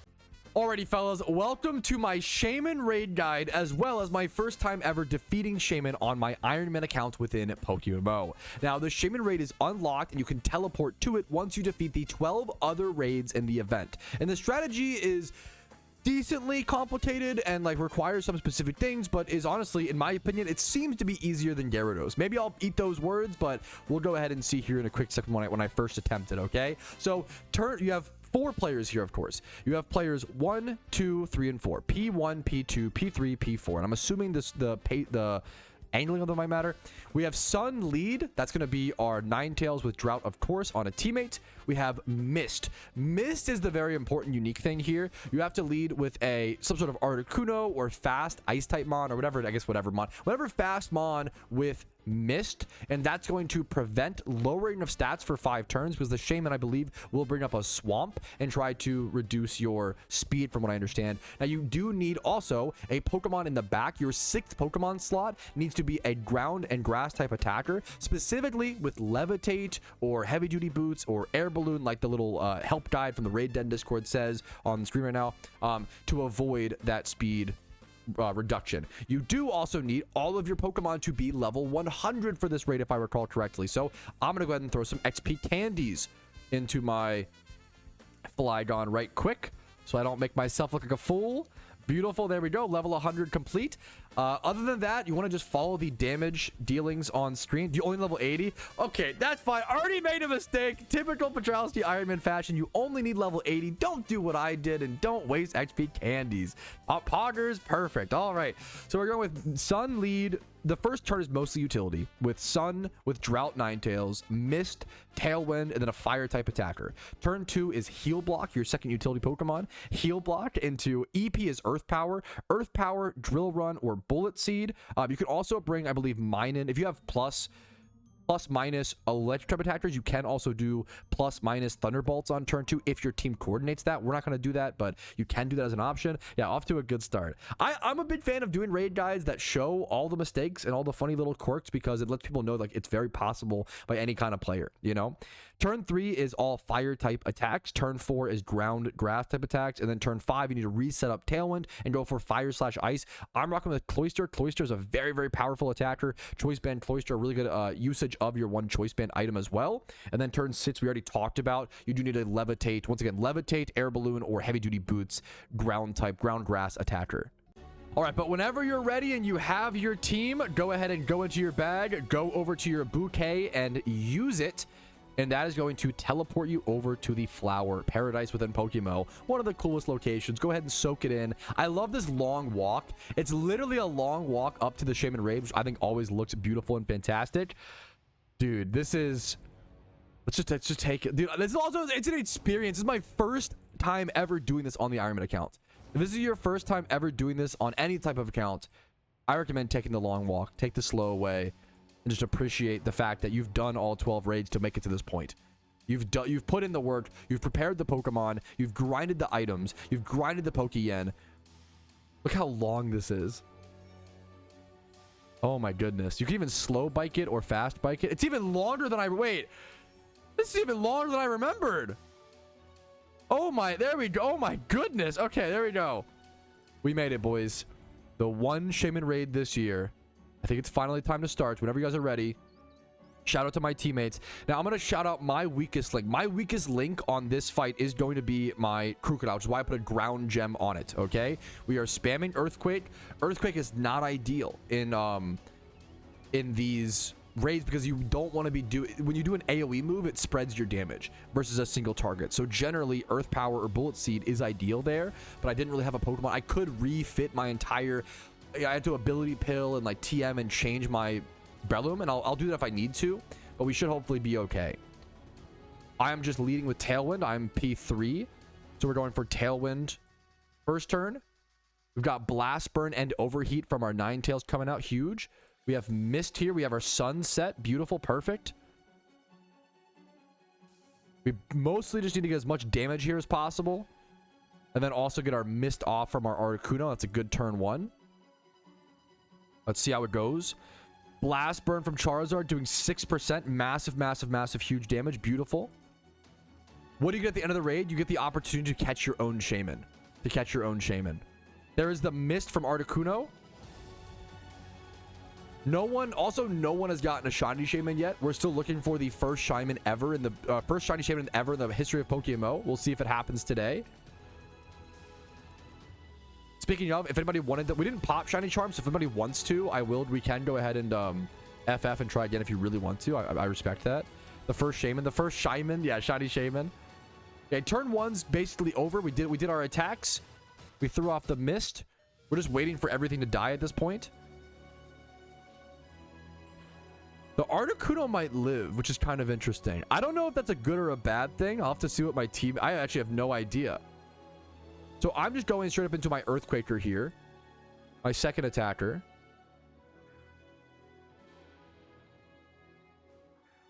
Bad, said someone. Terrible. Chat, this is like bad, terrible is what they said. It's that bad if the Alpha Articuno lives. I'm just sticking to my plan. Earthquake does not hit your teammates, thankfully. I'm actually in a very, very good situation where the ad is Gyarados. So my Earthquake might actually dodge the spread damage and get full damage into the, what's it called? Into the Shaymin here. I don't know if it works like that. If it counts as a miss, we'll have to see. Earthquake comes out. Oh, Earthquake hits the Gyarados? Is it grounded for some reason? Huh. Dude, raid mechanics are insane. I did 4.4% damage to the Shaymin. Beautiful. Got you. The Mist should be on... So the slot does matter. So ideally, the Mist should be on slot 1 if possible. Gotcha. Yeah, that makes sense, DY. Gotcha. So we might need to reset, but I think we're gonna try to finish it out here if possible, it seems like. There goes Articuno. We might try to pull this out. It might still work. We're going to see. A lot of our Mons are just living. Psychic into Excadrill. Okay. There we go. The type inverts every so often. Gotcha. Yeah.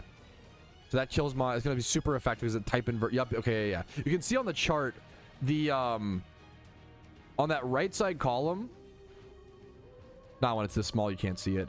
On that right side column, Y means the types are inverted. So Psychic hits Dark type for super effective, obviously, for example. And then N is no, it's not super effective. Or not inverted typings. I'm going to see what my teammates do here. I think we're just going along with the plan as normal. Next up is turn 3 is Fire type. So we have our big dumper, our Darmanitan coming in here. I think my team is discussing on whether or not it's worth to FF here or not. I'm down to try it. I've already used my gem. But if you guys think it's a waste of time, I obviously trust my team here. Want to communicate with your team while you're doing this as well, of course. I'm down to just try it out, honestly. It's only a 6-turn fight. It's a really fast fight. If we just click fast enough, I think we can just try it out, man. I'm kind of down. I already used my ground gem, so I'm not losing resources. But if anybody else wants to not lose, I understand. Okay, well, now I think it's FF. We missed a blast burn. There we go. That's the perfect. There you go. That's 90% accuracy blast burn we just missed. That's probably the GG's. Good attempt though. Yeah, that's the nail in the coffin. That's okay. We'll get it second attempt for sure. All right, here we are going into attempt number 2, boys. This time for sure. I think the only thing we had to switch up there was our ordering. We had to get the Mist using Articuno into slot number 2 or P2. All right, turn 1 should stay the same. Just a Tailwind from me, damage and Sun from Ninetales, damage from Charizard, and then setting up Mist on our Articuno. I was about to say if we missed this blast burn, we probably reset, but we hit it. Beautiful. Good start. All right, here we are back at the pivotal turn 2 where we want to get a heal block off as well as just as much ground and grass damage here as possible.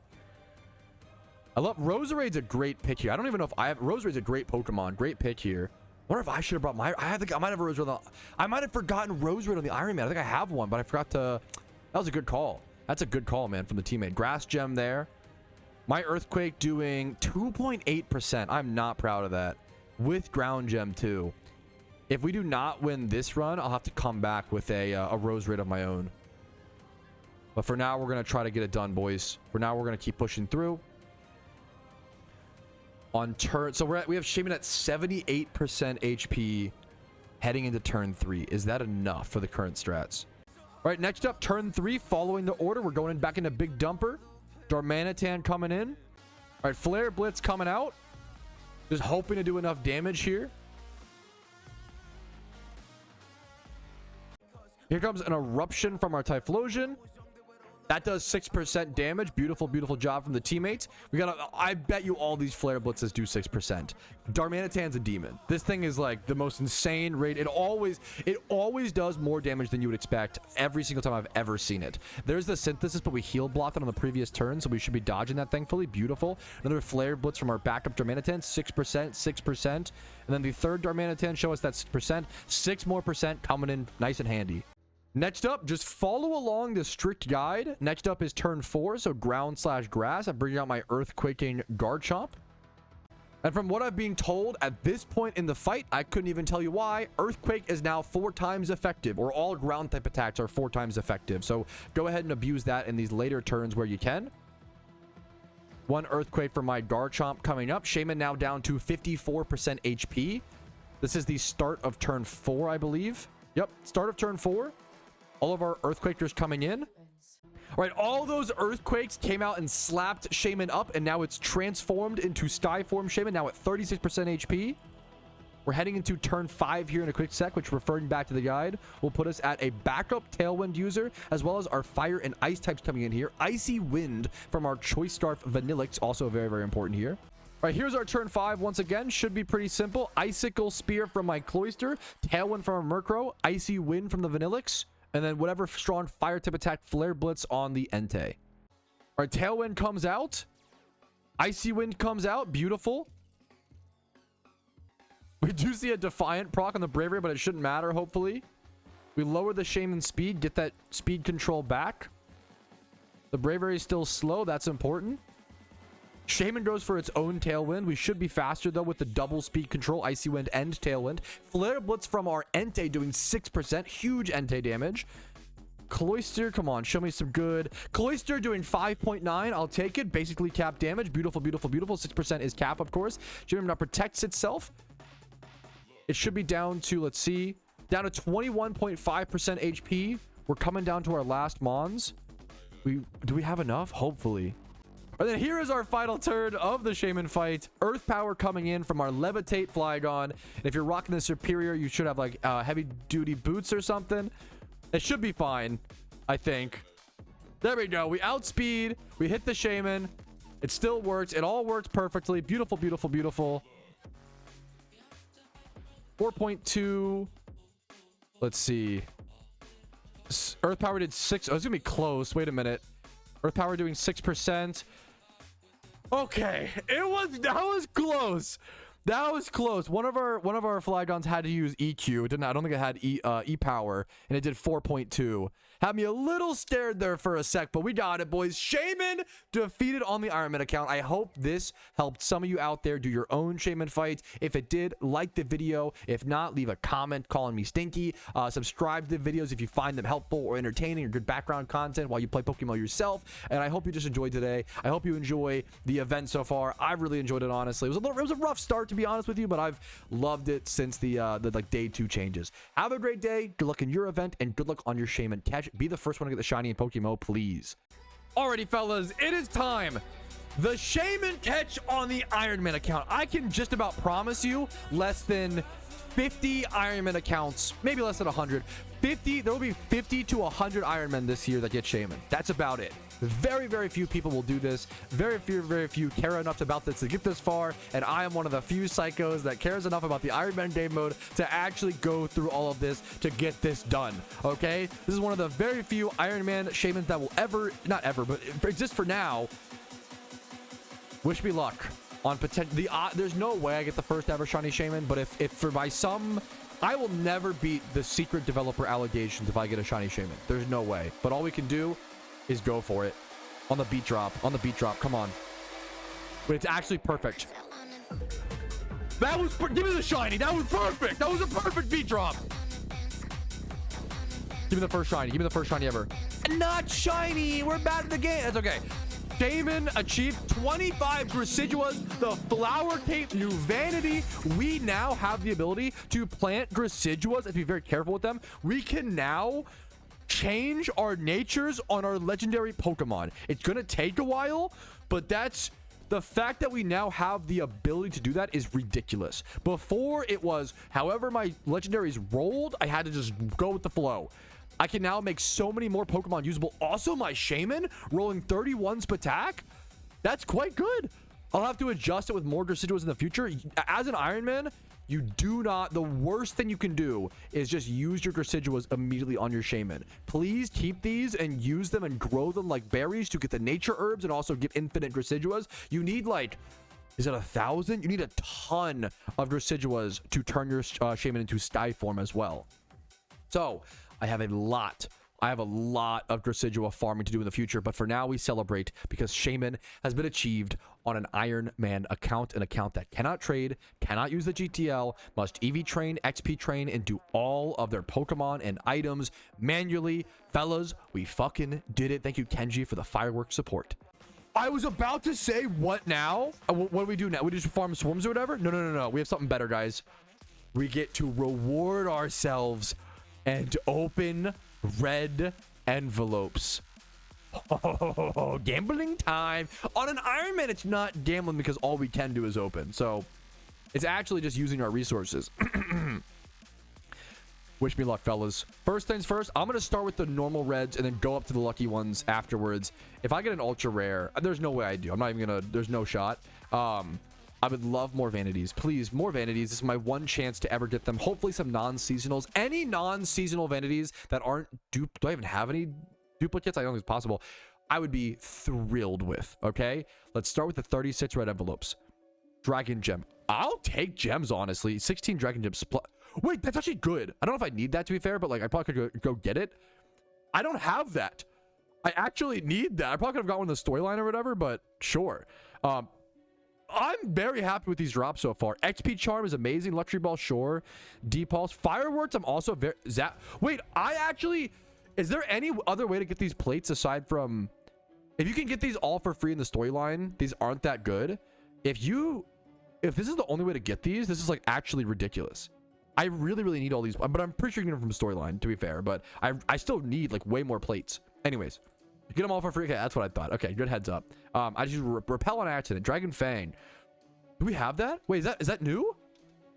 New vanity! The red tassel! I don't even care if this one that much, but it's cute. Red tassel hair clips, new vanity unlocked. Any new vanity is worth screaming over. This is your one chance to get it as an Iron Man account. Hell fucking yes. Dragon Claw, Carbos, Fangs, gems, irons, more XP charms, yes please. Calciums, reflects, okay, kind of shit, reflect, whatever. Pearls, I'll take the plates, dude. I'll take it. A lot of Dragon Fangs, Carbos. Fireworks, I'll take. Metronome's fine. Fireworks, I'll take. Declaw down to the final 5, guys. One more, maybe one more vanity. One more. We got one vanity out of 36, but I'm honestly happy with that. My Iron Man event luck has not been good, but hey, I'll take it, man.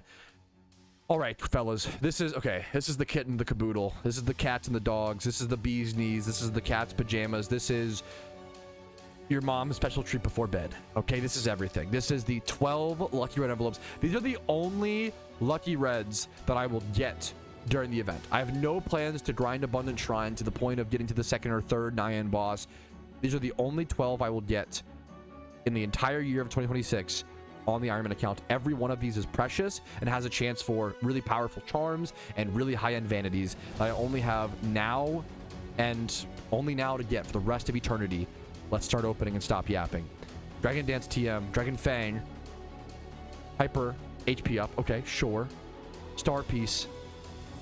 Nothing matters. Like, I just need a vanity. Knockoff, Star Piece. XP Charm 100% is good. I'm getting to the point where, like, I honestly don't even need more of these. I mean, you'll always need XP Charm, I guess. I'm pretty stocked up on them, which is nice. Mind Plate. There's two. We're down to the final 2 already. Okay, boys. 50-50. We're down to the final. Please, dear Lord Arceus, bless us on this day of this Lucky Red envelope. This is the final Lucky Red that I will open on the Ironman account. And for the history of the Ironman account of 2026, this is our last chance, our final chance. This is Mom Spaghetti on my shirt already. I am nervous. I am anxious, but please let me get it. Anyways, 3, 2, 1. That's fine. We did it! We did it, boys. That's okay. Who cares? The Iron Man drop rates for the sealed product, not great. We're saving our RNG. 2 meadow plates. Don't worry, guys. We're saving all of our RNG for Shiny Wars, and I would not be mad about that.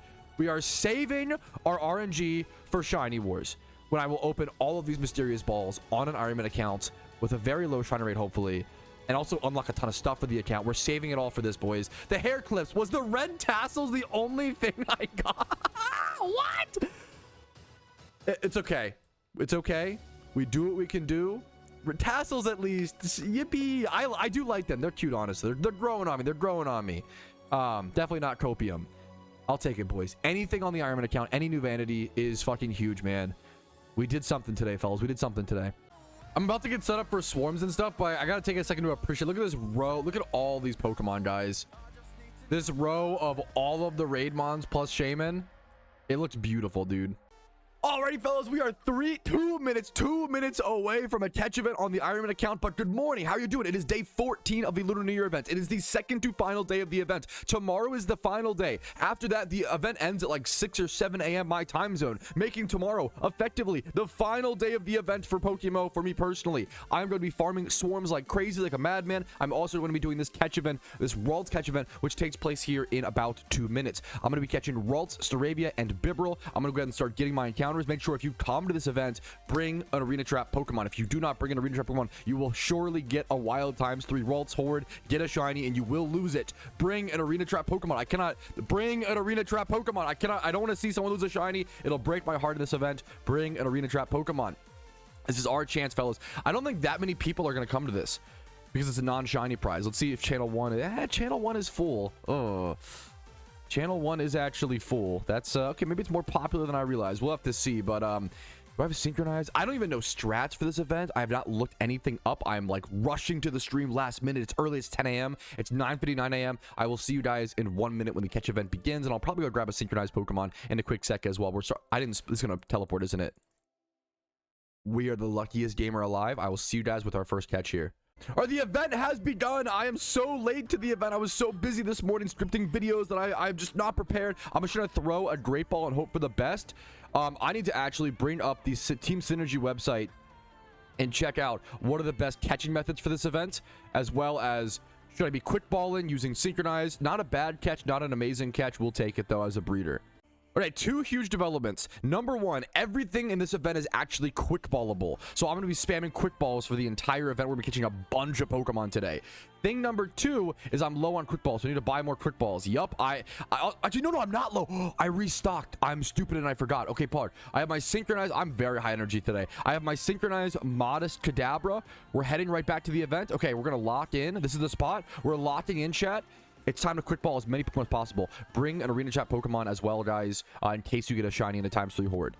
I'm actually terrible at reading, so quick balls, this website was right. I just read it wrong. Staravia is actually a 78% chance to quick ball, and then Bibarel is 82% chance. So they're not 100% catch with a quick ball. I think Ralts is 100%. I'm right now debating like whether or not it's worth to like just keep quick balling and then just run from the ones that fail, or like what the best option here is. I'm not totally sure. I think I'm gonna keep the casual strat of just quick ball, and if it fails, I run. But it's tempting to change strategies. Wait, can't I nest ball this though? Wait, is it wait.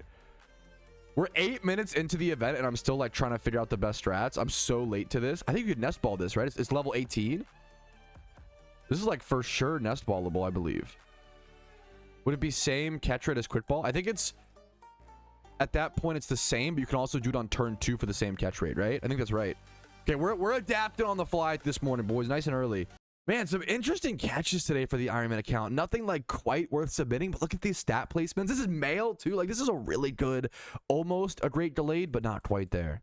All right, guys, probably the last catch here. The event ends in like 20 seconds or so. This is my last chance on this. Hope I can get it off. The quick ball Staravia. This event flew by, man. I caught a 155 Ralts that I forgot to show on camera. That's my best catch. I'll submit that. The odds of it winning are 1 to like 100,000. It's pretty minimal. But it's still a relevant catch, in my opinion, worth taking the time. A 155 is really solid. Very above average, in my opinion. Once again, your average catch event is going to be between like 65 and 135. I think that's really important. All right, we were able to catch 56 Pokemon in that event. Not bad for like 78% chance to quick ball some of these Pokemon. We're now going to go ahead and sort by total IV to get our highest catch and our lowest catch. Our best catch was that 155 Ralts. 145 plus modest plus a Ralts is plus 10 for the species and nature bonuses. That's 155. Our lowest catch was a 44. So an above average, even a decently above average catch event in my opinion. So I'm going to submit that Ralts, but I don't think anything will come of it. I'll see you guys with catch event results though in a quick sec. All right, on to our box sorting post the catch event. It's pretty simple, actually. We're going to be releasing these 42 Pokemon. They do not have any green IVs, no 31s. These will all get deleted. See you later. Thank you for your service. Nice try. Try again later. See you later. And then we ended up with the copies from something. That'll get deleted for a swarm. But we caught about 13 1x31s. That's pretty good, man. I'm pretty happy with that. We're getting scarce on box space to some extent again, but we're fine. We're in the final 2 days of the event. I'm not even worried about it, guys. You know, oh my, that's getting a little sketchy, but that's okay. We still have one full box empty, and honestly, that's all we've really needed for the event so far. So as long as we stay on top of things and consume the Swarmons when we can, that's really good. The catch events here will be here very soon, but I'm gonna go ahead and probably start doing swarms pretty soon. Here we'll be swarm farming all day, just trying to mysterious cherish ball max. We are mysterious cherish ball maxing, preparing for shiny wars in many months from now. Alrighty, fellas, catch events are coming in 4th place with Naveen with 19 points. Congratulations to you, man. I think it's like 250 or 500 RP coming your way during event season, man. Congratulations. Next up, 3rd place, Yanko with a 165. 165 is a decently low 3rd place. We're gonna see some cool winners here, man. Obviously, we see the catch time as well. I wonder if did someone tie? I'm not sure, but congrats to Yanko for 3rd place. Next up, 2nd place. Yeah, a tie at 165. This was a lesser competitive and a difficult to catch Pokemon catch event. Wow, 165. Meike, congratulations on 2nd place. Wait, someone in chat caught like a 165 or a 166, didn't they? Someone in chat got something. Did the person in chat who got the 165, did you get 3rd or 2nd? We're waiting for 1st place. A little bit of a delay here waiting for 1st place. I'm sure we'll see it here. Here we go. And then in 1st place with a 167 goes to Ignu. Wasn't that guy in chat? Wait, that was me. I got it. Yo, congrats, dude. That was someone in chat. Nice, dude. Nice. Hell yeah, man. Congrats, dude. 167 1st place. That's incredibly 10 a.m. is too early, man, for gamers apparently. Like I love trying to come to these early 10 a.m. catch events early, you know, for us losers, right? Me, no, I'm a loser. Come to these 10 a.m. catch events with no shiny prizes. Your odds of winning go dramatically up, dude. 167 1st place is pretty low and sick to see, man. Congratulations to you, Ignu, man. Hell yeah, dude, congratulations. Wow, that is a crazy catch. That's just getting consumed. Wow, I mean, I almost don't want to, but I think that's getting consumed for Mysterious Balls still, but that is a crazy catch. 31 attack, 31 speeds like Chaos Egg Group 2. Field Egg Group. Maybe that is worth, that's a crazy catch. Maybe that is worth to keep. Alrighty, fellas, the final day of the Lunar New Year event, the final day of the first ever event season cycle on the Ironman account begins now. The final 19 hours. Today will be my final day. Once this stream is over, my grind comes to an end, and I have to just accept with whatever I have. And to be fair, I'm pretty happy accepting whatever I have. I was able to achieve pretty much everything I wanted in this event. Maybe I wish I got a few more vanities or grinded, you know, Abundant Shrine a little bit more, or maybe played a little more PvP. Oh my, can we go for this today? I don't know if I can. I already have the but it's, you know, it's one of those things like you always could do more. You could always look back and do more, but it's also important to appreciate what you did do, you know? And I did get all the raids. I did get Shaymin done, right? I did do all the Zodiac tablets. I got those vanities. I did farm over 100 mysterious cherish balls, and I'm pretty darn good, well prepped. And I've saved them all. And I'm pretty prepped for Shiny Wars. And I worked hard to get all these abundant shrine guides, the raid guides. I worked hard to get all these videos and guides out and helpful tools for people as well. So I'm pretty proud of what I've done, even though I always could have done more. It's important to have that duality there, right? So let's jump into the final day of the event for the Iron Man account. All right, here is our field egg group catch. We honestly, special attack is nice, even though it's not always amazing. I really need more field egg group breeders, especially alphas, for the Eevee. I have an Eevee that I really want to have be amazingly statted and remain alpha if possible, maybe multiple in the future one day. So the more field egg group breeders, always the better. The more alpha breeders at this point on the account, with all the raid mons I've caught, all the alpha limited things, oh my goodness, like the more I've caught, the better, right?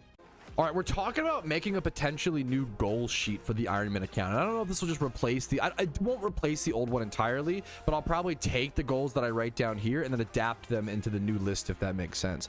First things first, the first one that I can think of is like make Alpha Ampharos Raid Mon, or like breed it up, EV train it, you know, make it a better Pokemon essentially.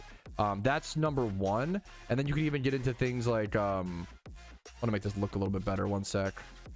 Way too small right now.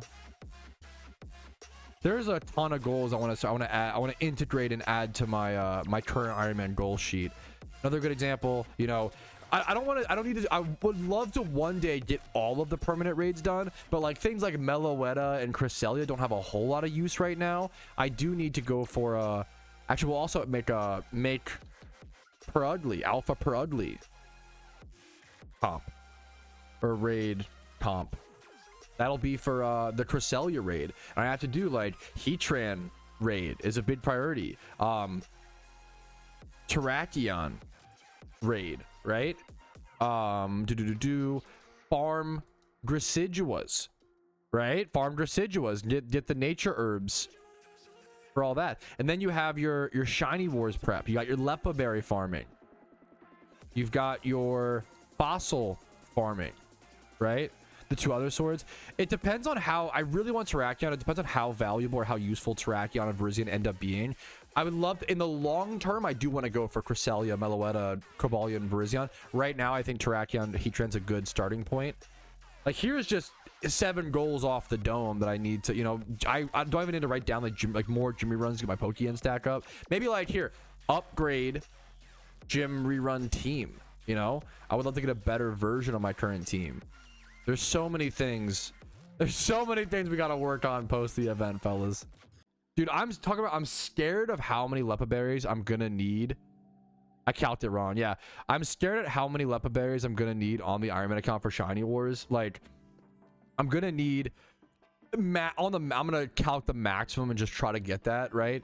1,600 Leppa berries per day. It's about 100 Leppas per hour. So if we're maximum calculating 1,600 Leppas times 30 days, I'm gonna need like 48,000 Leppas. I don't know how long that takes to farm, but I'm gonna need like 48,000 Leppas. And that's gonna... the real thing is the Pokeyen. That's gonna cost like so much Pokeyen. And then I can only farm so many batches of Leppas. I'm not a main account. I can't refill the seeds as easily. It's gonna take a really long time. I'm just doing a little bit more spitball calculating for Leppa berry farming. I don't know yet if I'm doing like 3 plots of Leppas a day. Raph said it's about 450 every 2 days. I don't know if that will... I don't know what the numbers is. I'm just gonna trust him for a quick second. I have 220 so far. Let's say it's... I think this was like 2 cycles, but that was only 1 patch. I think I can up it to 2 or 3 patches per... we'll have to see.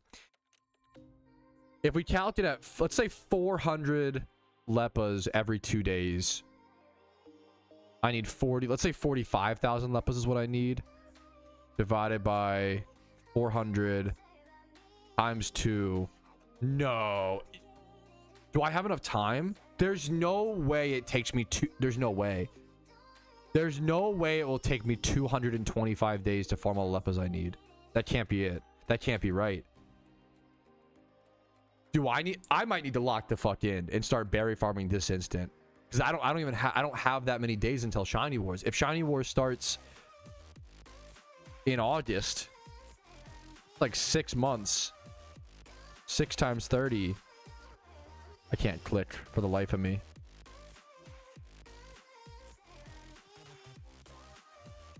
I got 180 days to get 225 days worth of Leppas. We're already behind, boys. I can't put into words how insane doing Shiny Wars is going to be as an Iron Man account, and how like I have to do everything in my control, and just how insane it's going to be, you know? I love this question, and I honestly just haven't explored the Johto Pokeballs nearly enough. Ben said, is it worth investing into a love ball catching strat on an Iron Man account if I haven't gotten a contrary spin to yet? I mean, honestly, probably yes.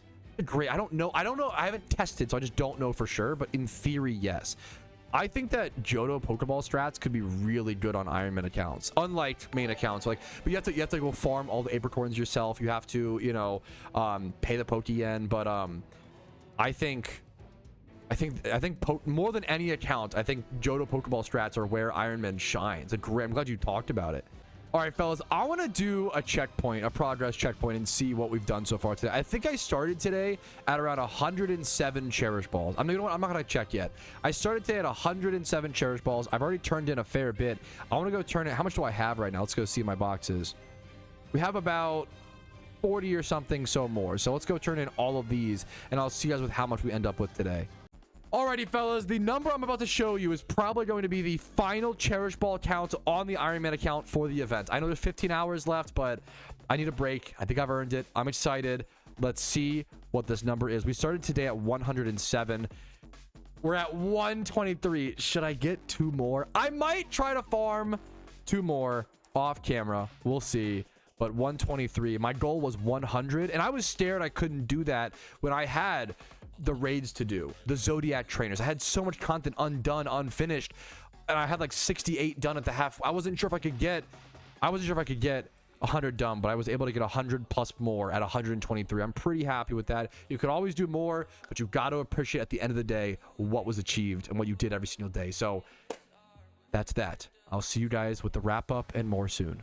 And alrighty, fellas, I am back after a nice long full weekend break. I just took off, didn't work at all, had a very social weekend, hung out with multiple different friend groups, and now I am back to wind things down and talk about everything we achieved on the Iron Man account, not just during the Lunar New Year event, but also during the entirety of the first ever event season during an Iron Man time period.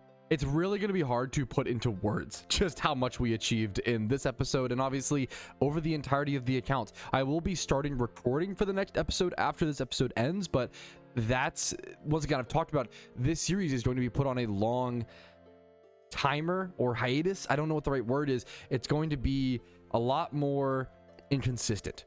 It's going to come down to, like, after this event season is over, I'm going to be splitting my time up a lot more between the main account and the Iron Man account, so I can get back to money making guides and making other creative content regarding PokeMMO that I really want to do and I'm excited to do. I'm not leaving the Iron Man. This is honestly, like, the Iron Man account is still the account that I care about the most in terms of making progress. I don't really want to shiny hunt on the main account. I don't really want to make a whole lot of progress, honestly, but I do want to make Pokeyen, explore the market, and explore the parts of the game that the Iron Man can't.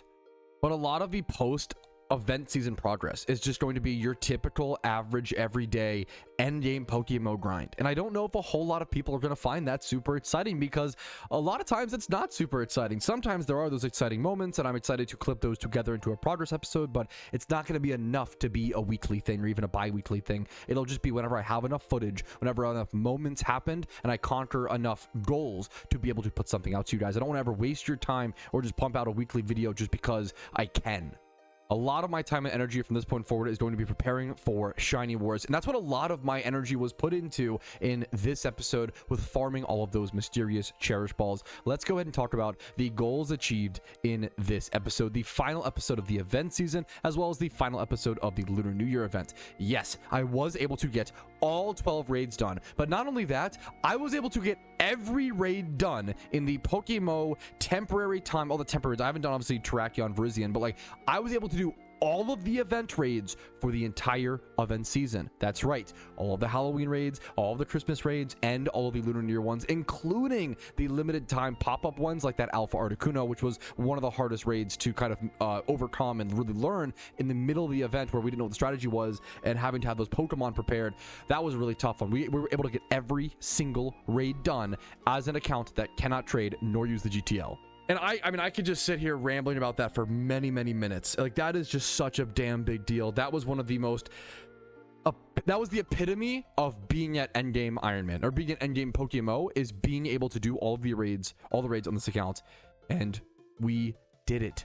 But of course, not only did we do the raids, but we also did the Shaymin, the big Shaymin raid, and caught the Shaymin. We do have a new Shaymin over on the account over here, our one and only, and this will eventually get buffed up and affected with Deciduous, which we also unlocked. We unlocked the ability to farm Deciduous. I will not be consuming these. For those if you don't know, you can use these to adjust Shaymin's IVs, or you can go farm them similar to berries and also get nature herbs, and that's going to allow me to get, you can eventually get infinite Deciduous over time, which is crazy. You also need a bunch of Deciduous to unlock Sky Form Shaymin.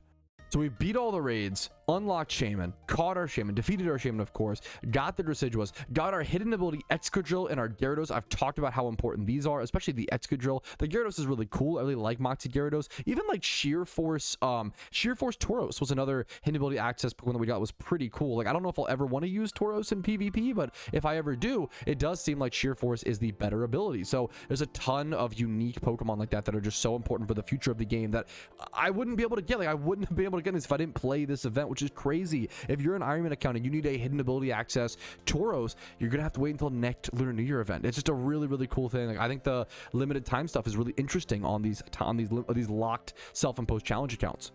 We did open a few more red envelopes and lucky reds in this episode, mostly just the ones earned from these Zodiac trainers. As you can see here, 12 lucky reds and then 30-ish red envelopes were also open. We got a bunch of fireworks from these. Let's go double check how many fireworks. Fireworks are only obtainable, I believe, through the Lunar New Year event as well. 40 red fireworks, 16 yellows, 8 purples, and 16 greens. What I choose to use these on, and like who to celebrate, what to celebrate on in the future, is going to be a big choice as an Iron Man account. I'm excited to hold these, but still use them when it comes to the right moment. These are an extremely limited resource on an Iron Man account, even though they aren't the most important resource in the world. Not the most pragmatic resource, some people might say. We also got a bunch more charms, including Riches charms. I was less confident on my number tracking this event. I was just so busy with things, but in terms of Riches charms, we ended event season with four 100% Riches charms, 3 item magnet charm 100%, 50% XP charms. We got 3 of them, 7 100% XP charms, and then 2 battle point charm 100%. All of those are incredibly useful. All of those are incredibly powerful and incredibly good, especially on an Iron Man account.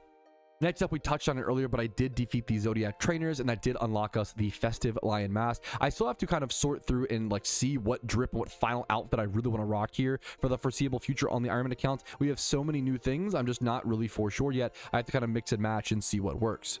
We did also get the red tassel hair clips. Those are new. We got those from either the lucky reds or red envelopes when opening those. I'm happy we got at least one vanity. Obviously, our vanity luck this year on the Iron Man account was not amazing when it came to opening sealed products, and that's okay. That's just how the cookie is going to crumble sometimes. However, the thing that was within our control, how many swarm Pokemon we could catch and how many mysterious cherish balls we could get. 123 mysterious cherish balls. I'm happy with that. I'm very happy with that. It could have been less. It could have been more. I'm happy with 1, 2, 3. And then throughout all of this, not only did we complete the entire event, we did everything we needed to do. We won PvP games, we got vanities, we got shiny chance with mysterious balls, everything, seriously everything, guys. The raids, the legendaries. We also, on top of it all, I was able to do some catch events. I did multiple catch events. I got multiple new breeders through those catch events, as well as different alpha wild spawns, as well as a new shiny Pokemon on the account. Man, I couldn't write it better. Like, it's funny. It's just so funny. It's just so interesting. I really cannot encourage you enough. If you're ever worried about, yo, what is up, dude? Much love to you, Connor. Shout out to Team Mister. Shout out to him. Team Rad. He's on, much love to him. A lot of high-level Pokemon players in this game that are just amazingly supportive in my journey. Hopefully I can support theirs. I think the game is at its best when we're all hyping each other up and spreading that love. So it's really cool to see CNR there. But anyways, get distracted. Like, I couldn't, all the achievements throughout this event, And there were so many times throughout the event where I'm feeling so stressed and like I'm not going to get to everything, and I'm feeling bad about myself. And I feel like there's so many parallels to PokeMMO and real life. So many people work so hard. I always talk about on stream, people like nurses, teachers. I even say, like, I love like glazing McDonald's cashiers. I think if you work in any sort of food service, you are a backbone of some people's days. Like, how many teachers go through the McDonald's drive-thru and pick up a Diet Coke, and that's their fuel for the day. It's such a simple act, giving someone a Diet Coke for $1.25, and, you know, it doesn't really affect, you're getting paid hourly, so who really cares, right? But like, you're helping people. There's just so many things, so many ways that we put in work to either push our goals or help other people push theirs. And it's really easy in an extremely cynical internet space right now, in an extremely cynical, pessimistic era of the internet, to brush over all the amazing accomplishments that we do. And I fall victim to the same problems. And that's why I love the goal setting elements of the Ironman account. There are so many times in my PokeMMO journey, to keep it simple, where I feel down on myself, I feel like I'm not doing enough, I'm not accomplishing enough.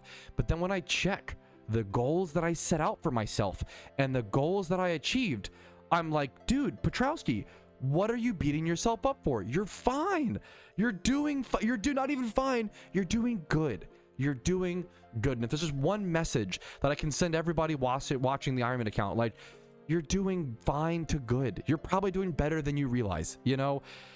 It's a tough time right now to be on the internet, especially with all the, you know, the social media elements and us just learning to work with that. But if there's one sentiment I can push, is that you're probably doing better than you realize. And I can't recommend you enough to set goals and to write down, not even goals, write down what you achieve each day. Don't just do what I used to do. I used to write goals, and then when I would complete a goal, I would go over here and I would delete it. I would wipe it off. I would do this. I would go boop.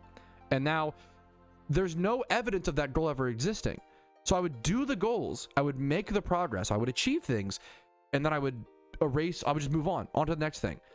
And you can't do that either in life. You have to smell the roses at least a little bit. You don't have to stop, but like, smell them on the drive by, smell them on the walk, you know? Smell the roses a little bit. Appreciate how much work you're putting in every day. There are physical changes being made.